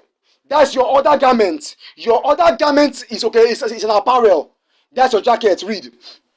And the mantle. And the mantle. So go back to Exodus 28. In the book of Exodus 28 verse 40. Exodus 28:40. So I'm comparing and contrasting. Let's read. And for Aaron's sons. And for Aaron's sons, the male. Thou shalt make coats. Thou shalt make coats. So the coat and the suits and the jacket, male and female can wear them. Dress code. Read. And thou shalt make for them girdles. And you shall make for them girdles. So men and female can wear belts. Read. And bonnet. What did he say? And bonnet. Remember I said in Isaiah 3, mark bonnet. Bonnet. Now, bonnet. In case you don't know what bonnet means. Have you seen a shower cap? Huh? A shower cap is a bonnet. A shower cap is a bonnet. It's an example of a bonnet. Is that understood? Have you seen a beret? Eh? Who knows beret? Do you know scouts? Eh? Do you know police officers? Does police wear beret? And the police that wear beret, is it both male and female? Is it both male and female? Yes. That beret that police wear on their head, that's a bonnet. Bonnet comes with different style. Okay? Do you know the notorious PIG? Who knows him? Does he wear beret? Is he a woman? Does Whiskey wear beret? Does Kiss Daniel wear beret? That's a bonnet. If you doubt what I'm saying, go online and type bonnet. So a female and a male can wear bonnet. Does a beret cover the crown of your head? What is the crown of your head? Where is the crown of your head? Point it. Eh? On top. Very good. Does the beret you wear cover it? What is no? Now, mark that word.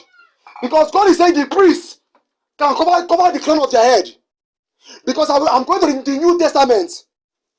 So, when I'm teaching, don't be sleepy. Mark everything I'm telling you. God don't change. Okay, so now, this is the priest. Remember, God says you're renowned. Went forth from among the heathen. For beauty, for glory. Watch what God will say at the end of this. God will still mention beauty. Continue reading. And for Aaron's sons thou shalt make coats, and thou shalt make for them girdles, and bonnets shalt thou make for them. So God said, and you shall make for the priest, as among their dressing, bonnet.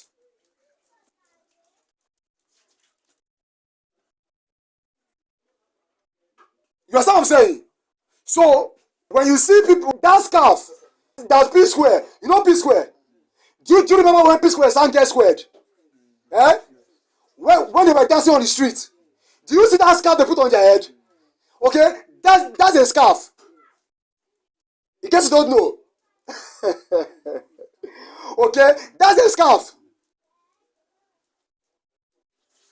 So a male and a female can wear scarf. Like I said, when he says the round tire like moon, that's the scarf. I will show you that. That's the scarf. Male and female can tie scarf. Okay, let me give another example. Have you seen long bandana? Eh? Have you seen a man tying bandana on his head? Have you seen a man tie a bandana to the extent that he cover his head? I've seen it. The bandana covered the whole of his head. Yes. Do you tie handkerchief on your head? When you tie long handkerchief on your head, do you draw the angle 90 to cover the crown of your head? Yes. Now your handkerchief. Okay, you will tie it on your head. Then you will hold the edge. You will hold the edge to cross over your forehead. Don't people do that? Because when you do that, that's a scarf. Does men do that? They do it. That is a scarf. In case you don't know, go and Google what scarf mean. Unless you are illiterate or you are timid. That is scarf. But scarf has limits. Scarf has pattern and style. That's common to both male and female. But the point is that men can tie scarf, female can tie scarf. But there are limitations. You understand what I'm saying? So I want to make that very clear. So with the bonnets, now make it very clear. Men can tie bonnets, women can tie bonnets.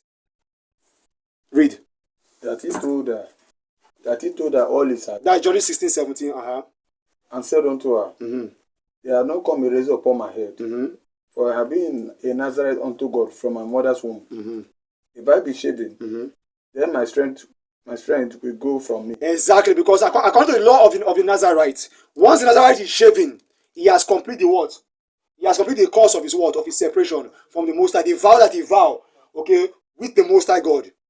So that vow is completed. Whatsoever things they agree between him and the Most High is done. So Samson now made a mistake because he was trying to please woman. Now, do you see how poisonous women can be? That's why you have to be careful with women, and you have to be careful with the kind of woman you are marrying. You see the reason why the Most High wants us against marrying the Gentiles. You marry a Gentile because this Jezebel, what's her name? This Delilah she's a Canaanite. She's a Hamite. This is one of the issues of marrying Gentiles. Why you must be careful. Read. If I be shaven, then my strength will go from me. If I be shaving, then my strength will go off for me. Because there is strength when you made a vow with the Most High concerning these things contained in the law. When Israel kept the law, did the Most High give Israel strength? Eh? When Israel jumping fence and flying in the air? When Israel running with speed? Are they doing that now? Tell a man to jump a high fence from down to up. Will he go there? Maybe you know go down or break a bone. He can't do that now. Because Israel has broken their vow that they made with the Most High God. When Israel kept the vow, God was still using Israel to deal with the Gentiles, to punish them. These people were jumping fence. They were running faster than cheetah. Okay? These people were doing wonders. Okay? God was fighting for them. These people were commanding angels to obey them. Joshua commanded the angel of the sun to obey him, not be so. Joshua commanded the sun obey. Commanded the moon, she obey.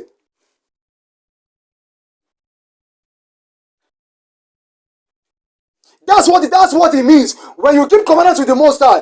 That's why Deuteronomy 7 verse 9. What he says there, let's go there. This issue with vow. People don't know the clarity of vow. Maybe I need to do a separate lesson on vow itself alone. Deuteronomy 7 verse 9, let's go. What did God says there? People don't know the power of vows.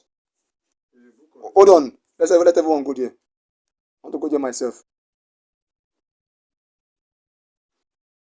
Deuteronomy 7 verse 9, let's read. In the book of Deuteronomy 7 verse 9. Mm-hmm. Know therefore that the Lord thy God, Mm-hmm. He is a God. Mm-hmm. He is God, Mm-hmm. a faithful God. So the Bible says, know ye therefore that the Lord your God is God. He's not a man. Man in the sense of the way man reason. Read. A faithful God, which keepeth covenant. So say he is God, a faithful God. Which do what? Which keepeth covenant. Which keepeth covenants. God keep covenants. And what? And mercy. God keep covenant and mercy. Within that love him. Within that love him. And keep his commandments to 1,000 generations. Even to 1,000 generations. So once you keep covenant with God, God will still remember you. Even to 1,000 generations. God don't change. When God made a covenant with Israel, okay, the blood, it was forever. God don't change. God established a covenant with Abraham, Isaac, and Jacob forever. It's not temporary for the Old Testament. Not be so. John 16, let's go back there. Finish off verse 17. In the book of John 16, 17. Put up your voice, please. That he told her all his heart, and said unto her, They are not come a razor upon my head, for I have been a Nazarite unto God from my mother's womb. If I be shaven, then my strength will go from me, and I shall become weak, and be like any other man. And I shall become weak like any other man. Samson was not ordinary. Because his own vow was special. It was the vow of a Nazarite. God dealt with him advancedly than all other Israelites. That's why his strength excelled other Israelites during this time. Read. And when Delilah saw that he had told her all his heart, she sent and called for the lords of the Philistines, saying, Come up these ones, for he has showed me all his heart. Then the lords of the Philistines came up unto her, and brought money in their hand. Verse 19, and she made him sleep upon her knees. Now listen very carefully. Delilah made Samson to sleep on her knee. Just watch what this woman did. Septuagint, let's go. Septuagint, bring it out. And she called for a man. Uh-huh. And she caused him to shave off the 7 locks of his head. Mm-hmm. And she began to afflict him. And she did what? She began to afflict Who him. can tell me what afflicting means? To punish your suffering. What we are suffering? How can the woman suffer him? How can she suffer him? She has already called a barber to cut the hair. So the Bible says she began to afflict him. Go to the Septuagint and bring it out. Let's see what it means. None of you get it. Do you know what the afflicting is? Eh? She began to. If a man have sex to a woman, what do you think happened to the man? Eh? What is it, Mattia? Say what you want to say. Clap for him. Why are you clapping slow? Clap for him well. If a man have sex with a woman, his strength lose off for him. Is that not so? Is that correct? Septuagint, let's go. Septuagint, Judgement 16, the same verse. Let's not get to the Septuagint. Let me join you there.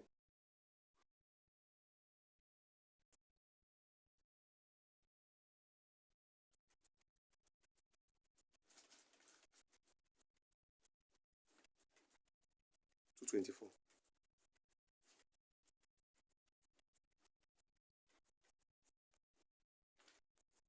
Are you there? Judgement 16. Verse 20, right? Let's go. Judgement 16, verse 20 in the Septuagint. Okay, verse 19, Salakia. Judgement 16, verse 19. Let's read.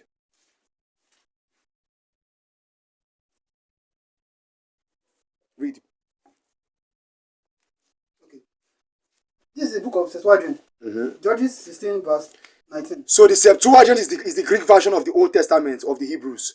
Let's read. Judges 16, verse 19. The Septuagint version. And Delilah made Samson. So the Bible says, and Dalida is same thing as Delilah, made Samson sleep upon his knee. Sleep upon his knee, meaning lie upon his knee. And she called a man. And she called a man. And he shaved the 7 locks of his head. And he shaved the 7 locks of his head. Mm-hmm. And she began to humble him. And she began to do what? Humble him. And she began to do what? Humble him. When someone is humble, what does it mean? When somebody humbles somebody, what does it mean? No, hold on, don't worry. Who can tell me what does it mean? Deuteronomy 22. Deuteronomy 22 verse 23. Let's go. Diverse laws, dress code on this about lesson. Let's get it. So, what does it mean by Delilah began to humble Samson?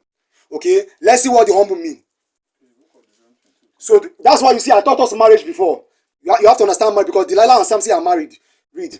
If a damsel that is a virgin betrothed unto a husband, and a man found her in the city, and lie with her. And if a man find her in the city and lie with her, what does that mean?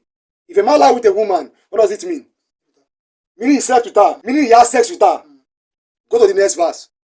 Verse 24. Then you shall bring them both out of the gate of that city, and you shall stone them with stones, that they die. The damsel, because she cried not, be in the city, and the man, because he had humbled his neighbor's wife. And the man, because he has humbled his neighbor's wife. What does that mean? Did you use humble there? You say humble there. So he said, and the man, because he has humbled his neighbor's wife. So what does the humble there mean? Sleep. What is the sleep there? Or now for sleep there? Sex. Septuagint, let's read it again. Very simple there. Verse 19. And she began. And the lad, Dalida. the leader, of the maid Samson, sleep upon his knees. And she called a man, and he shaved the 7 locks of his head. And she began to humble him, and his strength departed from him. Now, back to the King James version. Back to the King James version. Back to the King James version. Let's go there.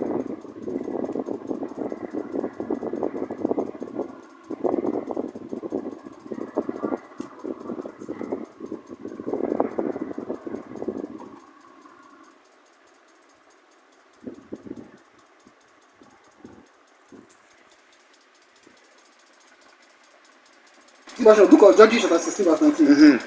And she made him sleep upon his knee, and she called for a man, and she caused him to shave off the 7 locks of his head. Now, what you must understand is that the Septuagint give you more information of what this afflict means in the King James version. So when you look at the Greek text, okay, of the Old Testament of Judges 16 verse 19, it gives you more information of what King James is saying, okay, in Judges 16 19 when he says afflict. Now, once you see the humble there in Septuagint version, you cannot go to the King James version and get which precept related to marriage has to do with humble.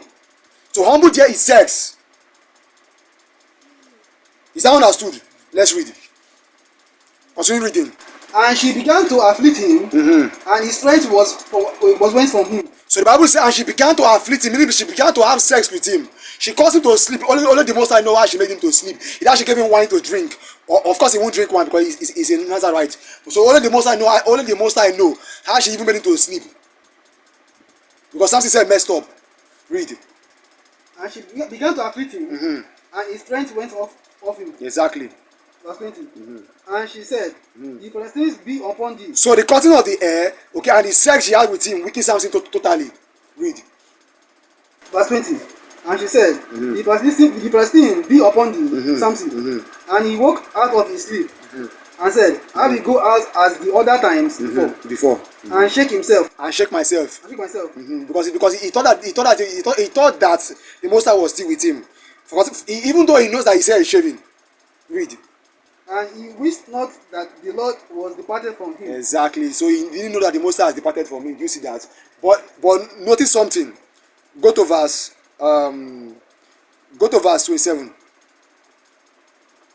Judges 16 verse 27. Now the house was full of men and women, and all the laws of the Philistines were dead. And there were upon the roof about 3,000 men and women that beheld while Samson made sport. They were making mockery of him back. Go on. Verse 28. And Samson called upon the Lord and said, O Lord God. Now, Samson began to call upon the Most High God. But remember, the covenant of the Nazarene is over. So this is Samson just begging the Most High on a separate account. It's not under the law of the Nazarene. Law of the Nazarene. Read. Verse 28. And Samson called upon the Lord and said, O Lord God, remember me, I pray thee. But before he said this thing, something happened. Something happened. I want to take us back somewhere. But there's a place I didn't recap.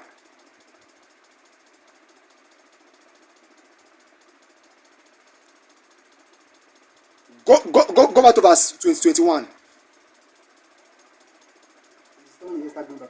Go back to 21. Judges 16 verse 21. But the Philistine took him and put out his eyes and brought him down to the and brought him with bound him with fetters of brass. And he did grind in the prison house. Read. Verse 22. Howbeit the hair of his head began to grow. Now do you see what there's power on the hair? So nevertheless, Samson's hair began to grow all over again. Okay, so Samson began to regrow it's probably Samson began to regrow his dreadlock back again one more time. Yeah, so his strength began to come back to him bit by bit. So probably Samson began to renew the vow with the Most High God. But the Bible didn't tell us that here. But wisdom will teach you some things. 28 now, sorry. Judges 16 verse 28. And Samson called upon the Lord and said, O Lord God, remember me, I pray thee, and strengthen me, I pray thee, only this once, O God, that I may be at once avenged of the Philistines, for my 2 eyes. So Samson prayed unto the Most High God, avenge me these ones, okay, with the cause of the Philistines, that I may avenge my 2 eyes. And the Most High had him. Because the Most High is actually using Samson to punish the Gentiles, to punish the Philistines, because they were oppressing us. Read. Genesis 16 verse 29. And Samson took hold of the 2 middle pillars upon which the house stood. Now, why do you think the Most High came unto Samson? Because if Samson began to come back to his senses, Samson repented and began to let his hair grow again.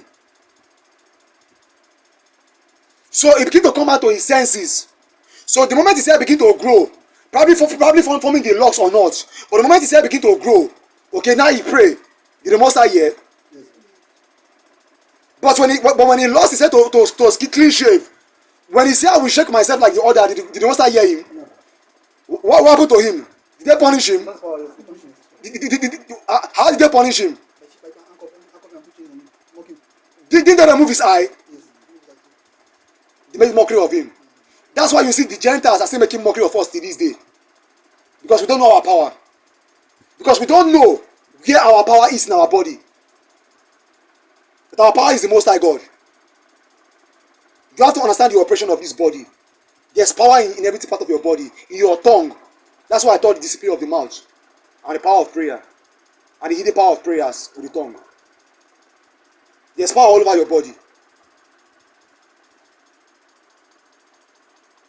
Is that understood? Read. Genesis 16 verse 29. And Samson took hold of the 2 middle pillars upon which the house stood, and on which it was borne up, of the one with his right hand, and of the other his left. And Samson said, let me die with the Philistine. Because Samson feel hopeless, because his eyes is no longer there. So what was he living for? It will be a shame unto him. So he said, let me die with the Philistines. Some people may say, oh, he committed suicide. But he's actually killing people. Read. And Samson said, let me die with the Philistines. And he bowed himself with all his might. And the house fell upon the Lord. And the house fell upon the Lord. And upon all the people that were jeering. So the dead which he slew at his death were more than the death which he slew in his life. Verse 31. Of course, that one is very plain. That's what I'm not talking.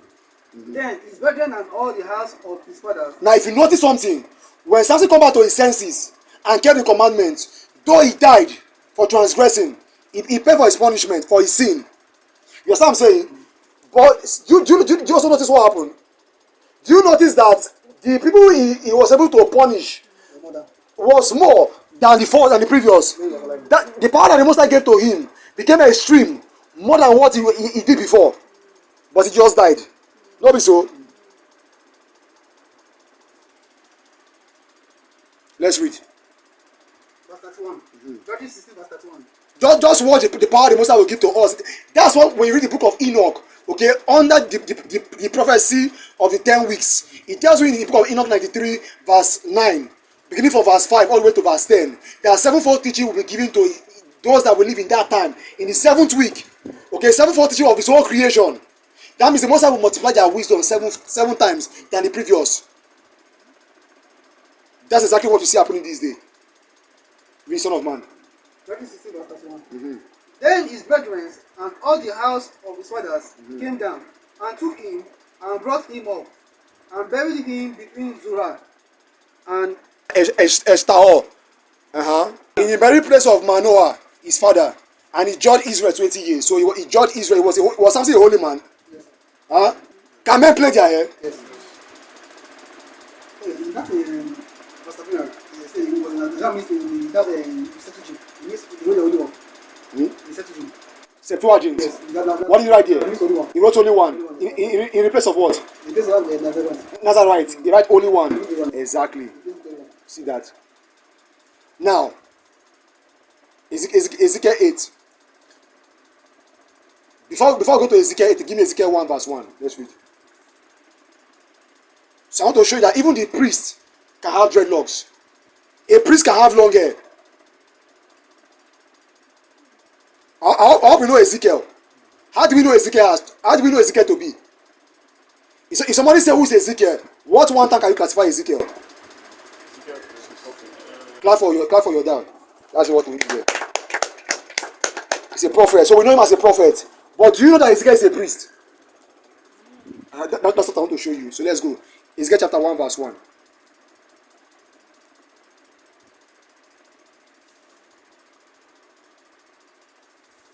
Let's read. Ezekiel chapter 1 verse 1 to 3. Who's reading for us?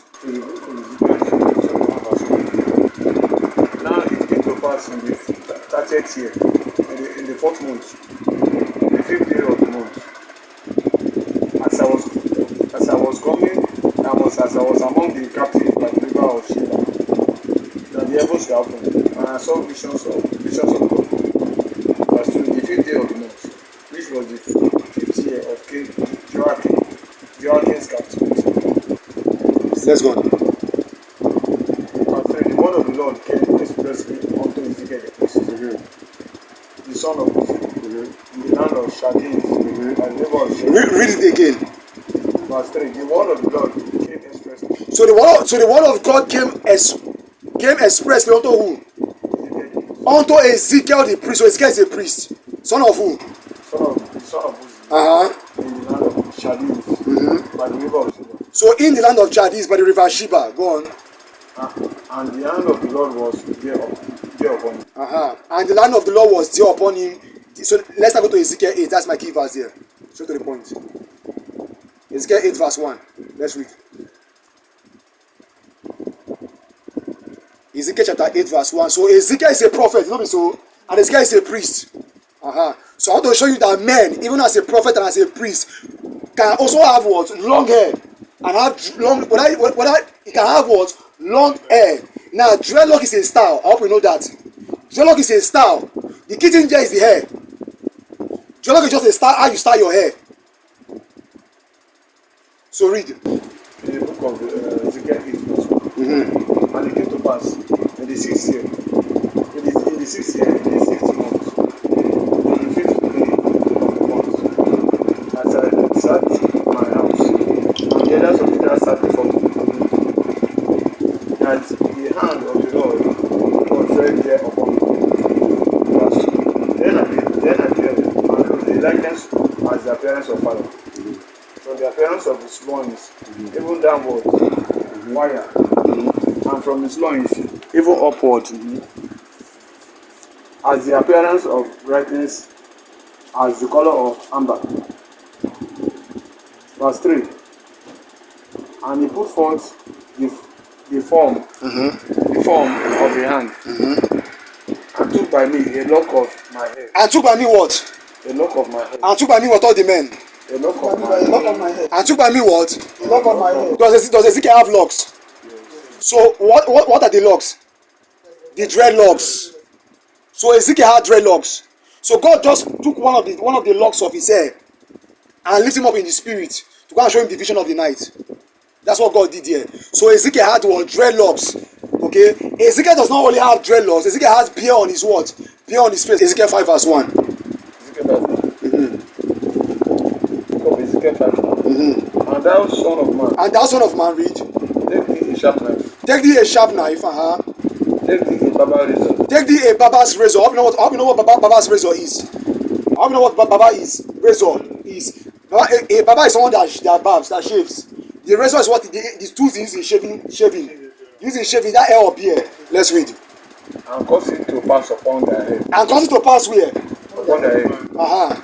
And upon their beard. And upon their what? So does Ezekiel has beard on his face? Exactly. So I want to make that very clear. Give me Exodus 20. Give me Leviticus 21 verse 1. So we can conclude that's law when it comes to what? The hair and the beard. Okay, and the defining of the dead. As we read in the book of the law of the Nazarite. I want to show us something here. Leviticus 21 verse 1. Let's go. Leviticus 21 verse 1. Leviticus 21 verse 1. Read. For the priest. And the Lord said unto Moses, speak unto the priest, the sons of Aaron. Give me Leviticus.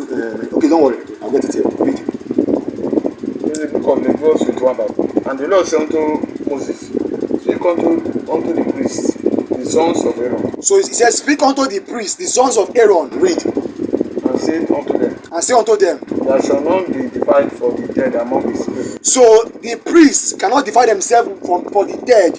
Remember, a priest can have dreadlocks, no be so. He says he cannot a priest. Does he have dreadlocks? So a priest can choose to have dreadlock or not. But there must be hair on his head. Read. The Most High will explain it. Read. Speak unto priests, the sons of Aaron, and say unto them, there shall none be defiled. There shall none be defiled There shall none be defiled for the dead among his people. among his people. Verse 2, but for his king, But for his near to kin, who are they? that is near unto him, that is, for his mother, and for his father, and for his son, and for his daughter, and for his brother. Verse 3, and for his sister a virgin, that is near unto him, which had no husband.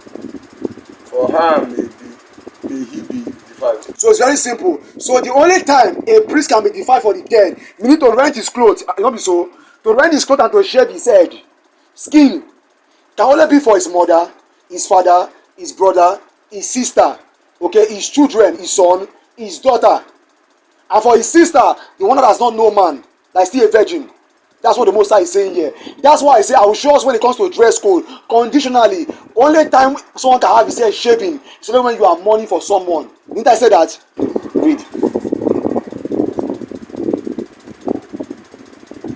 Verse 4, but he shall not defile himself, being a sheepman among his people. So a priest that teaches a chief among the people. So if someone died that is maybe just his a regular friend, he's supposed not to even go to the burial in the first place. You understand what I'm saying? And even if he goes to the burial as a priest, you understand what I'm saying? He's supposed not to do what? To shave his head or tear his clothes. He's not to do that. Is that understood? Let's read. But shall not defile himself, being a sheepman among his people, to profane himself. Verse 5.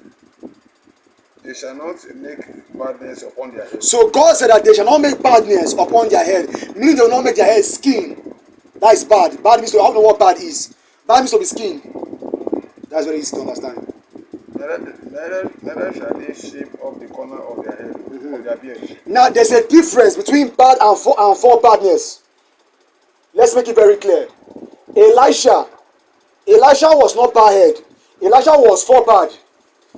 What is for? If someone say your forehead, where is it? Where is it located? Huh? Center. Where's your head? Is that your head or your face? Where's your head? On top. So where's the foremost of your head?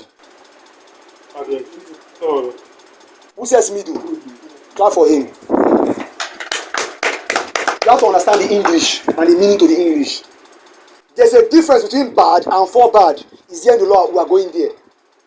So if a man has, some people say, okay, what of someone that has bad head, is clean shave in the middle, but he has a is that not a sin? It's not a sin. It is when you are bad all through, that is the sin. So we are going there. Read. Verse 5.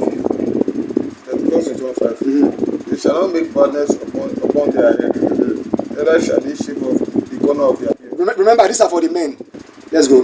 Nor make any cuttings in their flesh. Of course, go on. Verse 6. They shall be only unto their God, and not to profane the name of their God. So the priest must not shave off their head. Neither must they do what? Neither must they do what?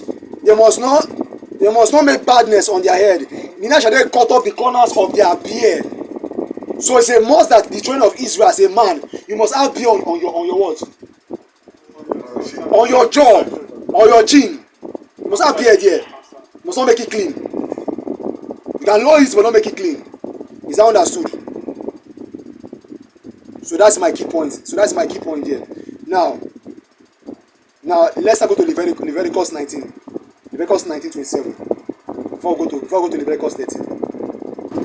This is version book of Leviticus 19:27. 27. So this is the general law for all Israel. What precept? So Leviticus 19:27. Let's go. The book of Leviticus 19:27. General one. You shall not round the corners of your heads. Neither shall thou man. Before you read that, read verse 1 to 2.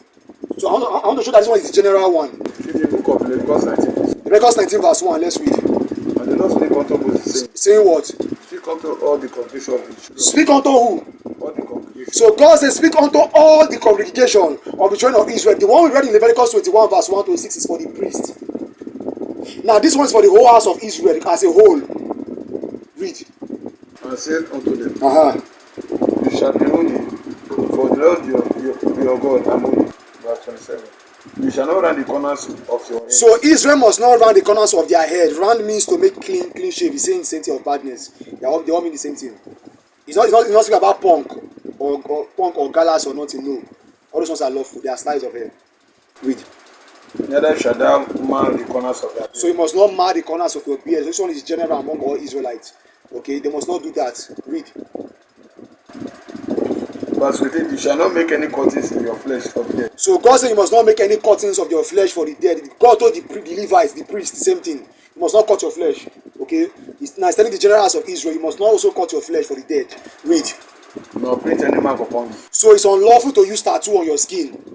Okay? You must not print any mark upon you. Is that understood? Okay? So now from there, let's go to Leviticus 13. So let's get the law of badness. So let's show, okay, that badness. Okay, to make badness on your hair is conditionally only for the dead. Okay, only for the dead. Is that understood? Okay, only for the dead. Okay, Leviticus 13 verse 40. Let's go. This is verse book of Leviticus 13 verse 40. So this is the law of badness. Let's go.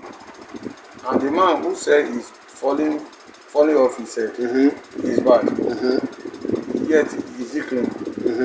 Verse 21. And if there had his hair falling off from the back of his head toward his face, he is forehead bad.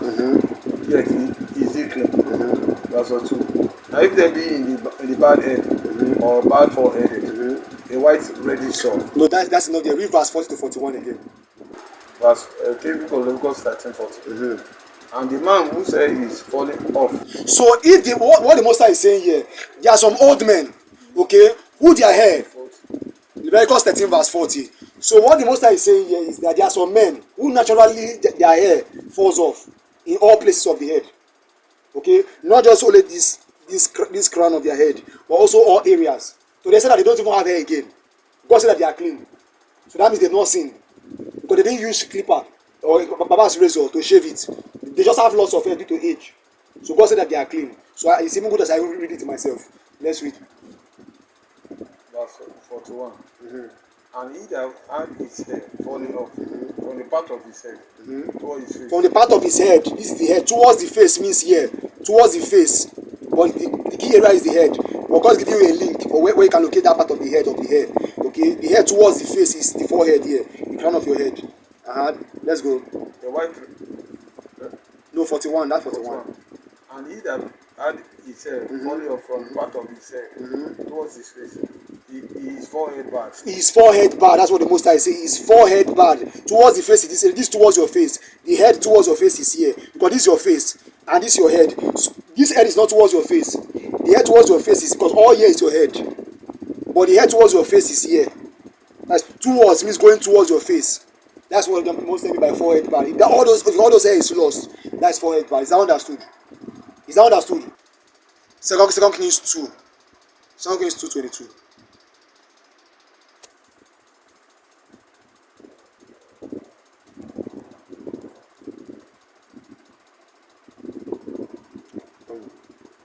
So this after Elijah and Elisha departed. I hope you know the story. Where did Elijah went to? Don't you know the story of Elijah and Elisha? What happened to? He was taken to heaven.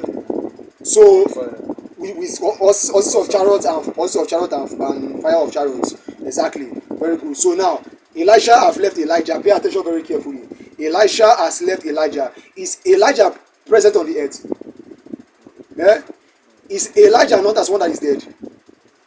Eh? He's not the one as one that is dead. Exactly. So this is exactly what happened.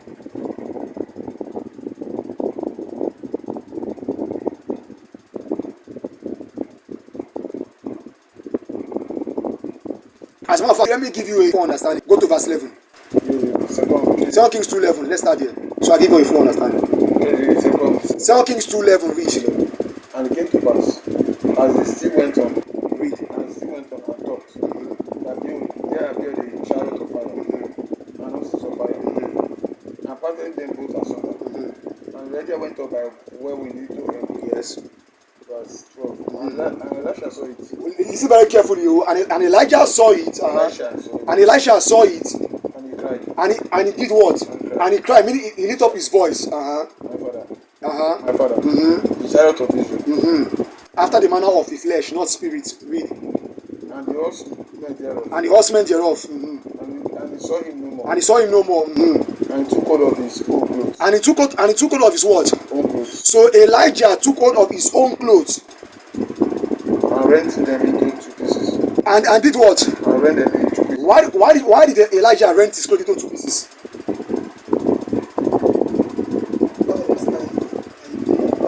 As departed, because that is the law of mourning.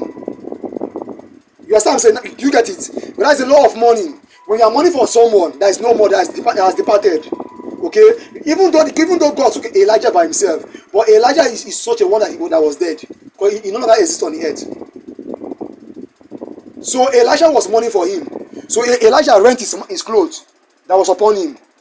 Read. His own clothes, not the mantle. The mantle is a different thing. The mantle of Elijah is what Elisha used to divide the waters. So Elisha did not rent the mantle of Elijah. Elisha rent his own clothes. Don't mix the two things up. I hope you are following. The mantle of Elijah that fell from above is not what Elijah rent. Read. The one he rented his own personal clothes that he wore to escort Elijah, okay, to cross over Jordan, where Elijah was received in heaven. Read. Verse 13. 2 Kings 2, verse 13. He took up also the mantle of Elijah that fell from him, and went back, and stood by the bank of Jordan. Verse 14. And he took the mantle of Elijah that fell from him, and smote the waters. Did he tear the mantle of Elijah? As a person to tear mantle. Did he tear? What's the mantle? Okay, the wrapper. The wrapper. Because a man and female can use mantles.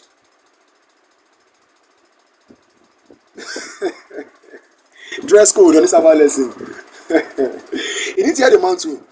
Even Christ himself wore a mantle. I will show you that we are going there. Give me the precept. Give me John 13. Please I forget. Give me John 13 verse. Even Christ himself wore wrapper.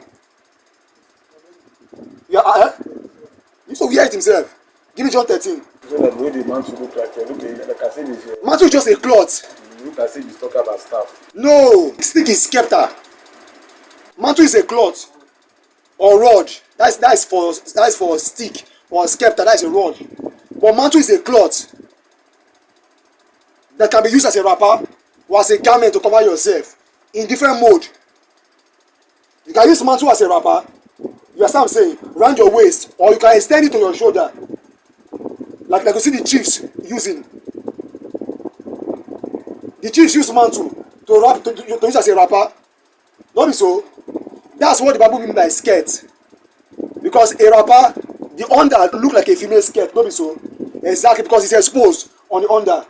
That's what the Bible means by skirt. When it's using skirt to address a man, that's what it means by skirt. It's referring to the wrapper, because the down of a wrapper, the border of the wrapper or the mantle look like skirt.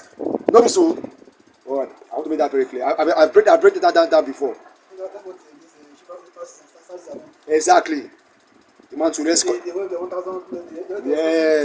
yes. Those garments that goes down to the ground. Read. Does men wear what they call wrapper today? Does women tie wrapper today? When you want to go and bath, do you tie your towel around your body? As a man, why are you doing that? Where do you learn that from? That's because it's from the law that God gave to Israel. That's also a mantle. That wrapper you tie on your waist as a man, does it look like a female skirt or a female blouse? Yes or no? So I want to make that very clear. So does it look like skirt? A female skirt? Yes. Does it look like a female skirt? Does it look like meaning a similitude of a female skirt? Yes. the way it is wrapped like as if you are designing a female skirt. Continue reading. But I'm showing you about the head, about the texture, the style of hair. Continue reading. So Elijah tears his own personal clothes, not the mantle. Nothing from Elijah, his own personal clothes, because he was mourning for Elijah being departed away into heaven. Read. As if he was dead. And he took the mantle of Elijah that fell from him, and smote the waters, and said, Where is the Lord God of Elijah? And when he also had smitten the waters, he parted hither and thither, and Elisha went over. Verse 15. And when the sons of the prophets, which we are to view, had came concerning, he said, The spirit of Elijah do rest upon Elisha. And they came to meet him and bowed themselves to the ground before him. Straight to the point. Verse 22. Verse 22. So the waters were hid unto this day, according to the saying of Elisha, Which is spake. Continue reading. Verse 23. And he went up from thence unto Bethel, and as he was going up by the way, And as Elisha was going up by the way, what happened? there came forth little children out of the city, There came forth little children out of the city to do what? and mocked him, And mocked him. So the children were mocking Elisha for what? and said unto him, And said unto him, Go up, Go up. thou barren, That what? thou barren. So they were telling Elijah, Go up, you barhead. Because Elisha was mourning. This is the actual barhead. Elisha was mourning for Elijah. So he was still mourning for him 7 days. How do you mourn for someone who is dead? How many days? 7. Elisha was still mourning for Elijah 7 days. So when the children saw Elisha still with bad head, remember I don't show you the law of badness. Okay, in Leviticus 13 verse because Elisha is not too old for all he said to fall off, to turn bad. You know this, so so Elisha cannot be clean by being too old for all he said to become bad. No, Elisha shaved all he said. In this case, Elisha was still a bit younger. Even though he's an old man, but not too old for all his head to fall off. No.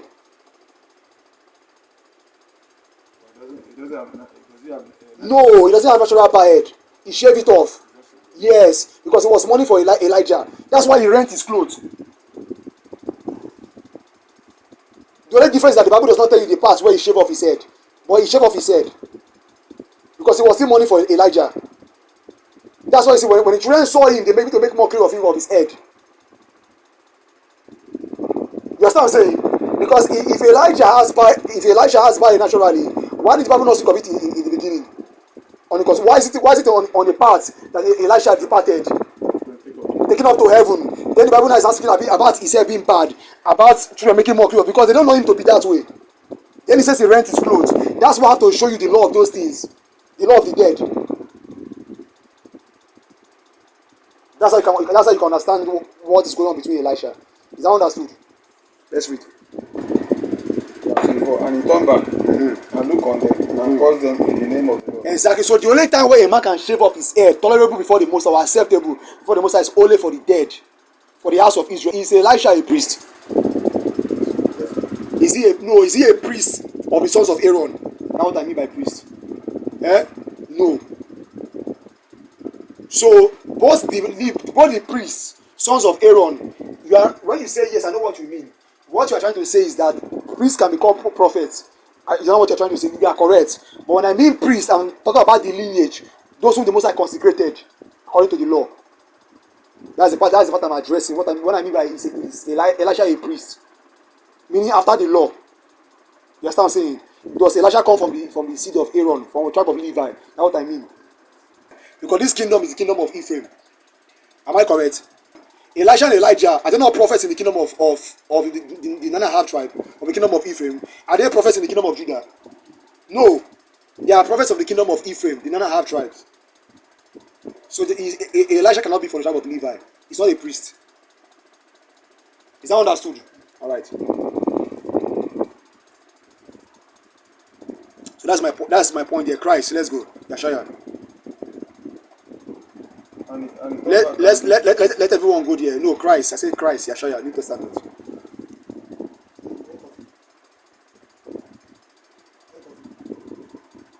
John 13 verse 1. John 13 verse 1. Dress code continues on this Sabbath lesson. John 13 1.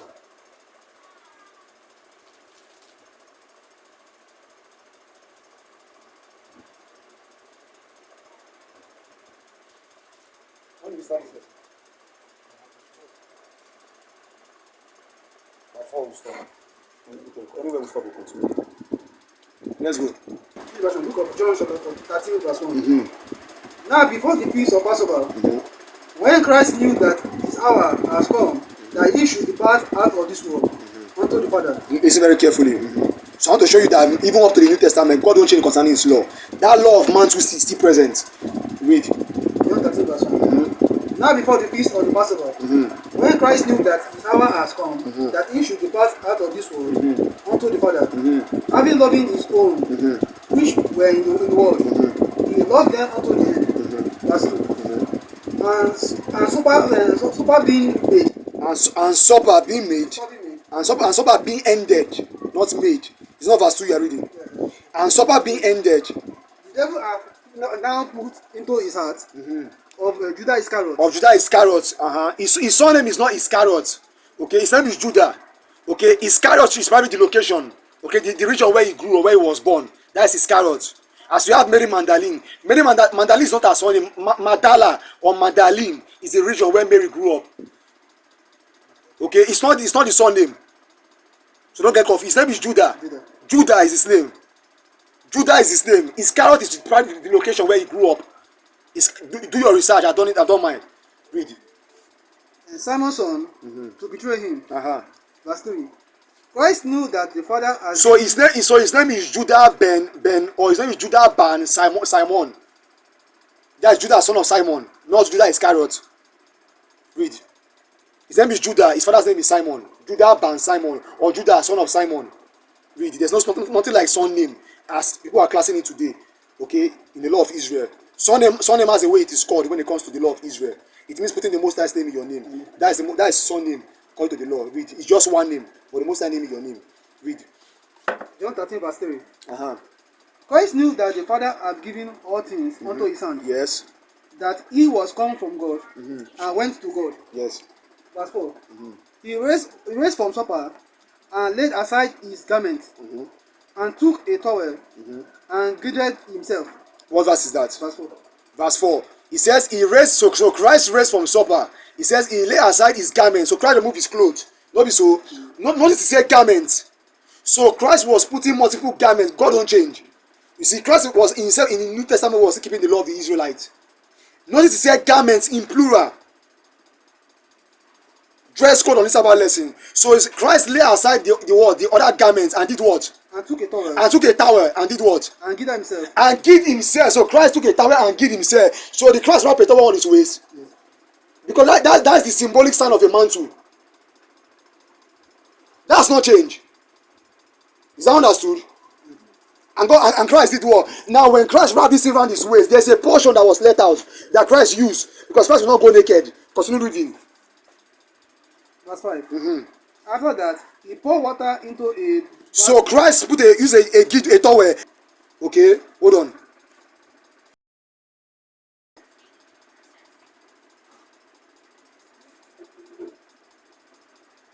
John 13 verse what? Verse 4. John 13 verse 4.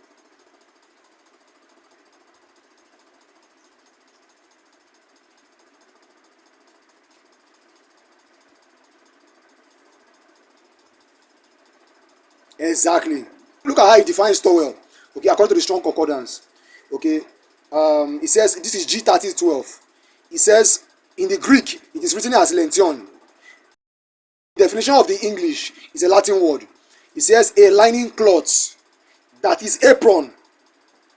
Do you hear what they call it? Apron, towel. So that's an apron or a towel. Is that understood? So it's a cloth, it's a material. Which can be a what? A mantle. Because mantle are cloth or materials. And also that you can use as towel around your waist. Am I not correct? Exactly. So continue reading. So this is what Christ did. And you have to remember, the way towel are produced now is not the way towel are produced before. Read. Because John 13 verse 4. He raised from supper and laid aside his garment and took a towel and girded himself. 5. Verse 5. After that, he poured water into a Into a basin. basin and began to wash the disciples' feet and to wipe them with the towel wherewith he was girded. So you can see that that towel must be a very large towel that can wrap around his waist to cover his nakedness, and an extended part to use to clean the disciples' feet. No be so. Because as a man, to that extended part, you can put it on your shoulder. That's what you see chiefs doing nowadays. Am I not correct? Exactly. So I want to make that very clear there. Second Samuel 19:24.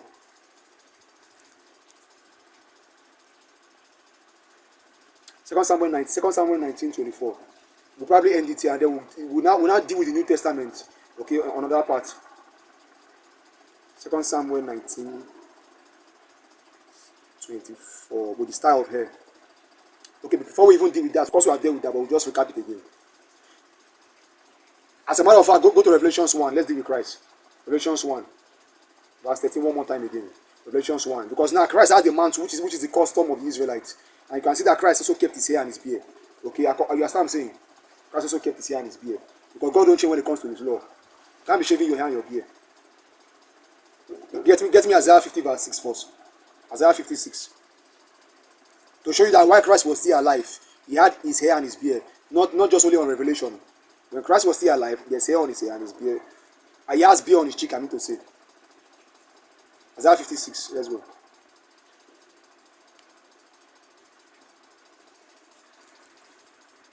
I gave my back to the smithers. So the Bible says, I gave my back to the smithers. And my cheek. And my cheeks. My cheeks, it means the whole area of my cheeks, both left and right is your cheeks. Okay, my cheeks, to them that plucked off the hair. Who is this person they are speaking of here? Yeshaya, exactly. So Christ, he says, and my cheeks to them that plucked off the hair. And I gave my back to the smithers, to them that beat me, because they whip Christ. Is that understood? So while Christ was still alive in the flesh, Christ kept his beard. Okay, according to the law, because Christ was from the tribe of Judah. Okay, and for all Israel, they must not shave what? According to Leviticus 19:27, they must not do what? Shave the corners of their. They must not round the corners of their head. Neither must they mar the corners of their beard. So they must not they must not round the corners of their head. Neither shall they shave the corners, okay, of their beard. So Christ did not do that. It means to be bad, to be clean shaved. Exactly, to be bad, to be clean shaved. To understand that, you have to go to Leviticus 21. That's Leviticus 19. Go to Leviticus 21, verse 5. That is the same thing God told the Levites. But God just used badness to tell the Levites. The same thing. The rounding the corner is the same thing as the bad, which to be clean shaved. That's why if you study Leviticus 19:27, okay, Leviticus 19:29, is it 29? Yeah? If you study it, if you watch what God says next, he said they must not make cutting on their flesh. Yeah? No, they must not make cutting on their flesh, no print mark upon their flesh. That's what God said. Didn't God tell the Levite the same thing in Leviticus 21? Because he's saying the same thing. He told the Levite you must not make any cutting on your flesh. Go there and read it for yourself. Okay? After God told them you must not make badness upon your head, the Levites, the priests, the teachers, God told them you must not make any cutting on your flesh. Is it there?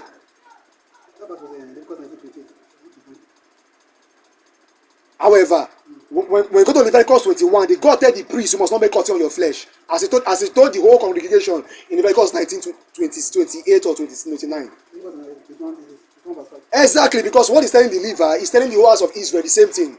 So for you to understand what the Most High mean by around the corners of your head, you have to go to Leviticus 21, because this is still the book of Leviticus that you are reading. So God make it open with badness to the Levites. That's what they say, share common in precepts of what to do and what not to do. Okay? Between Leviticus 19 and Leviticus 21. Is that understood? So the rounding of the corners of your head, meaning the what? Making your hair bad.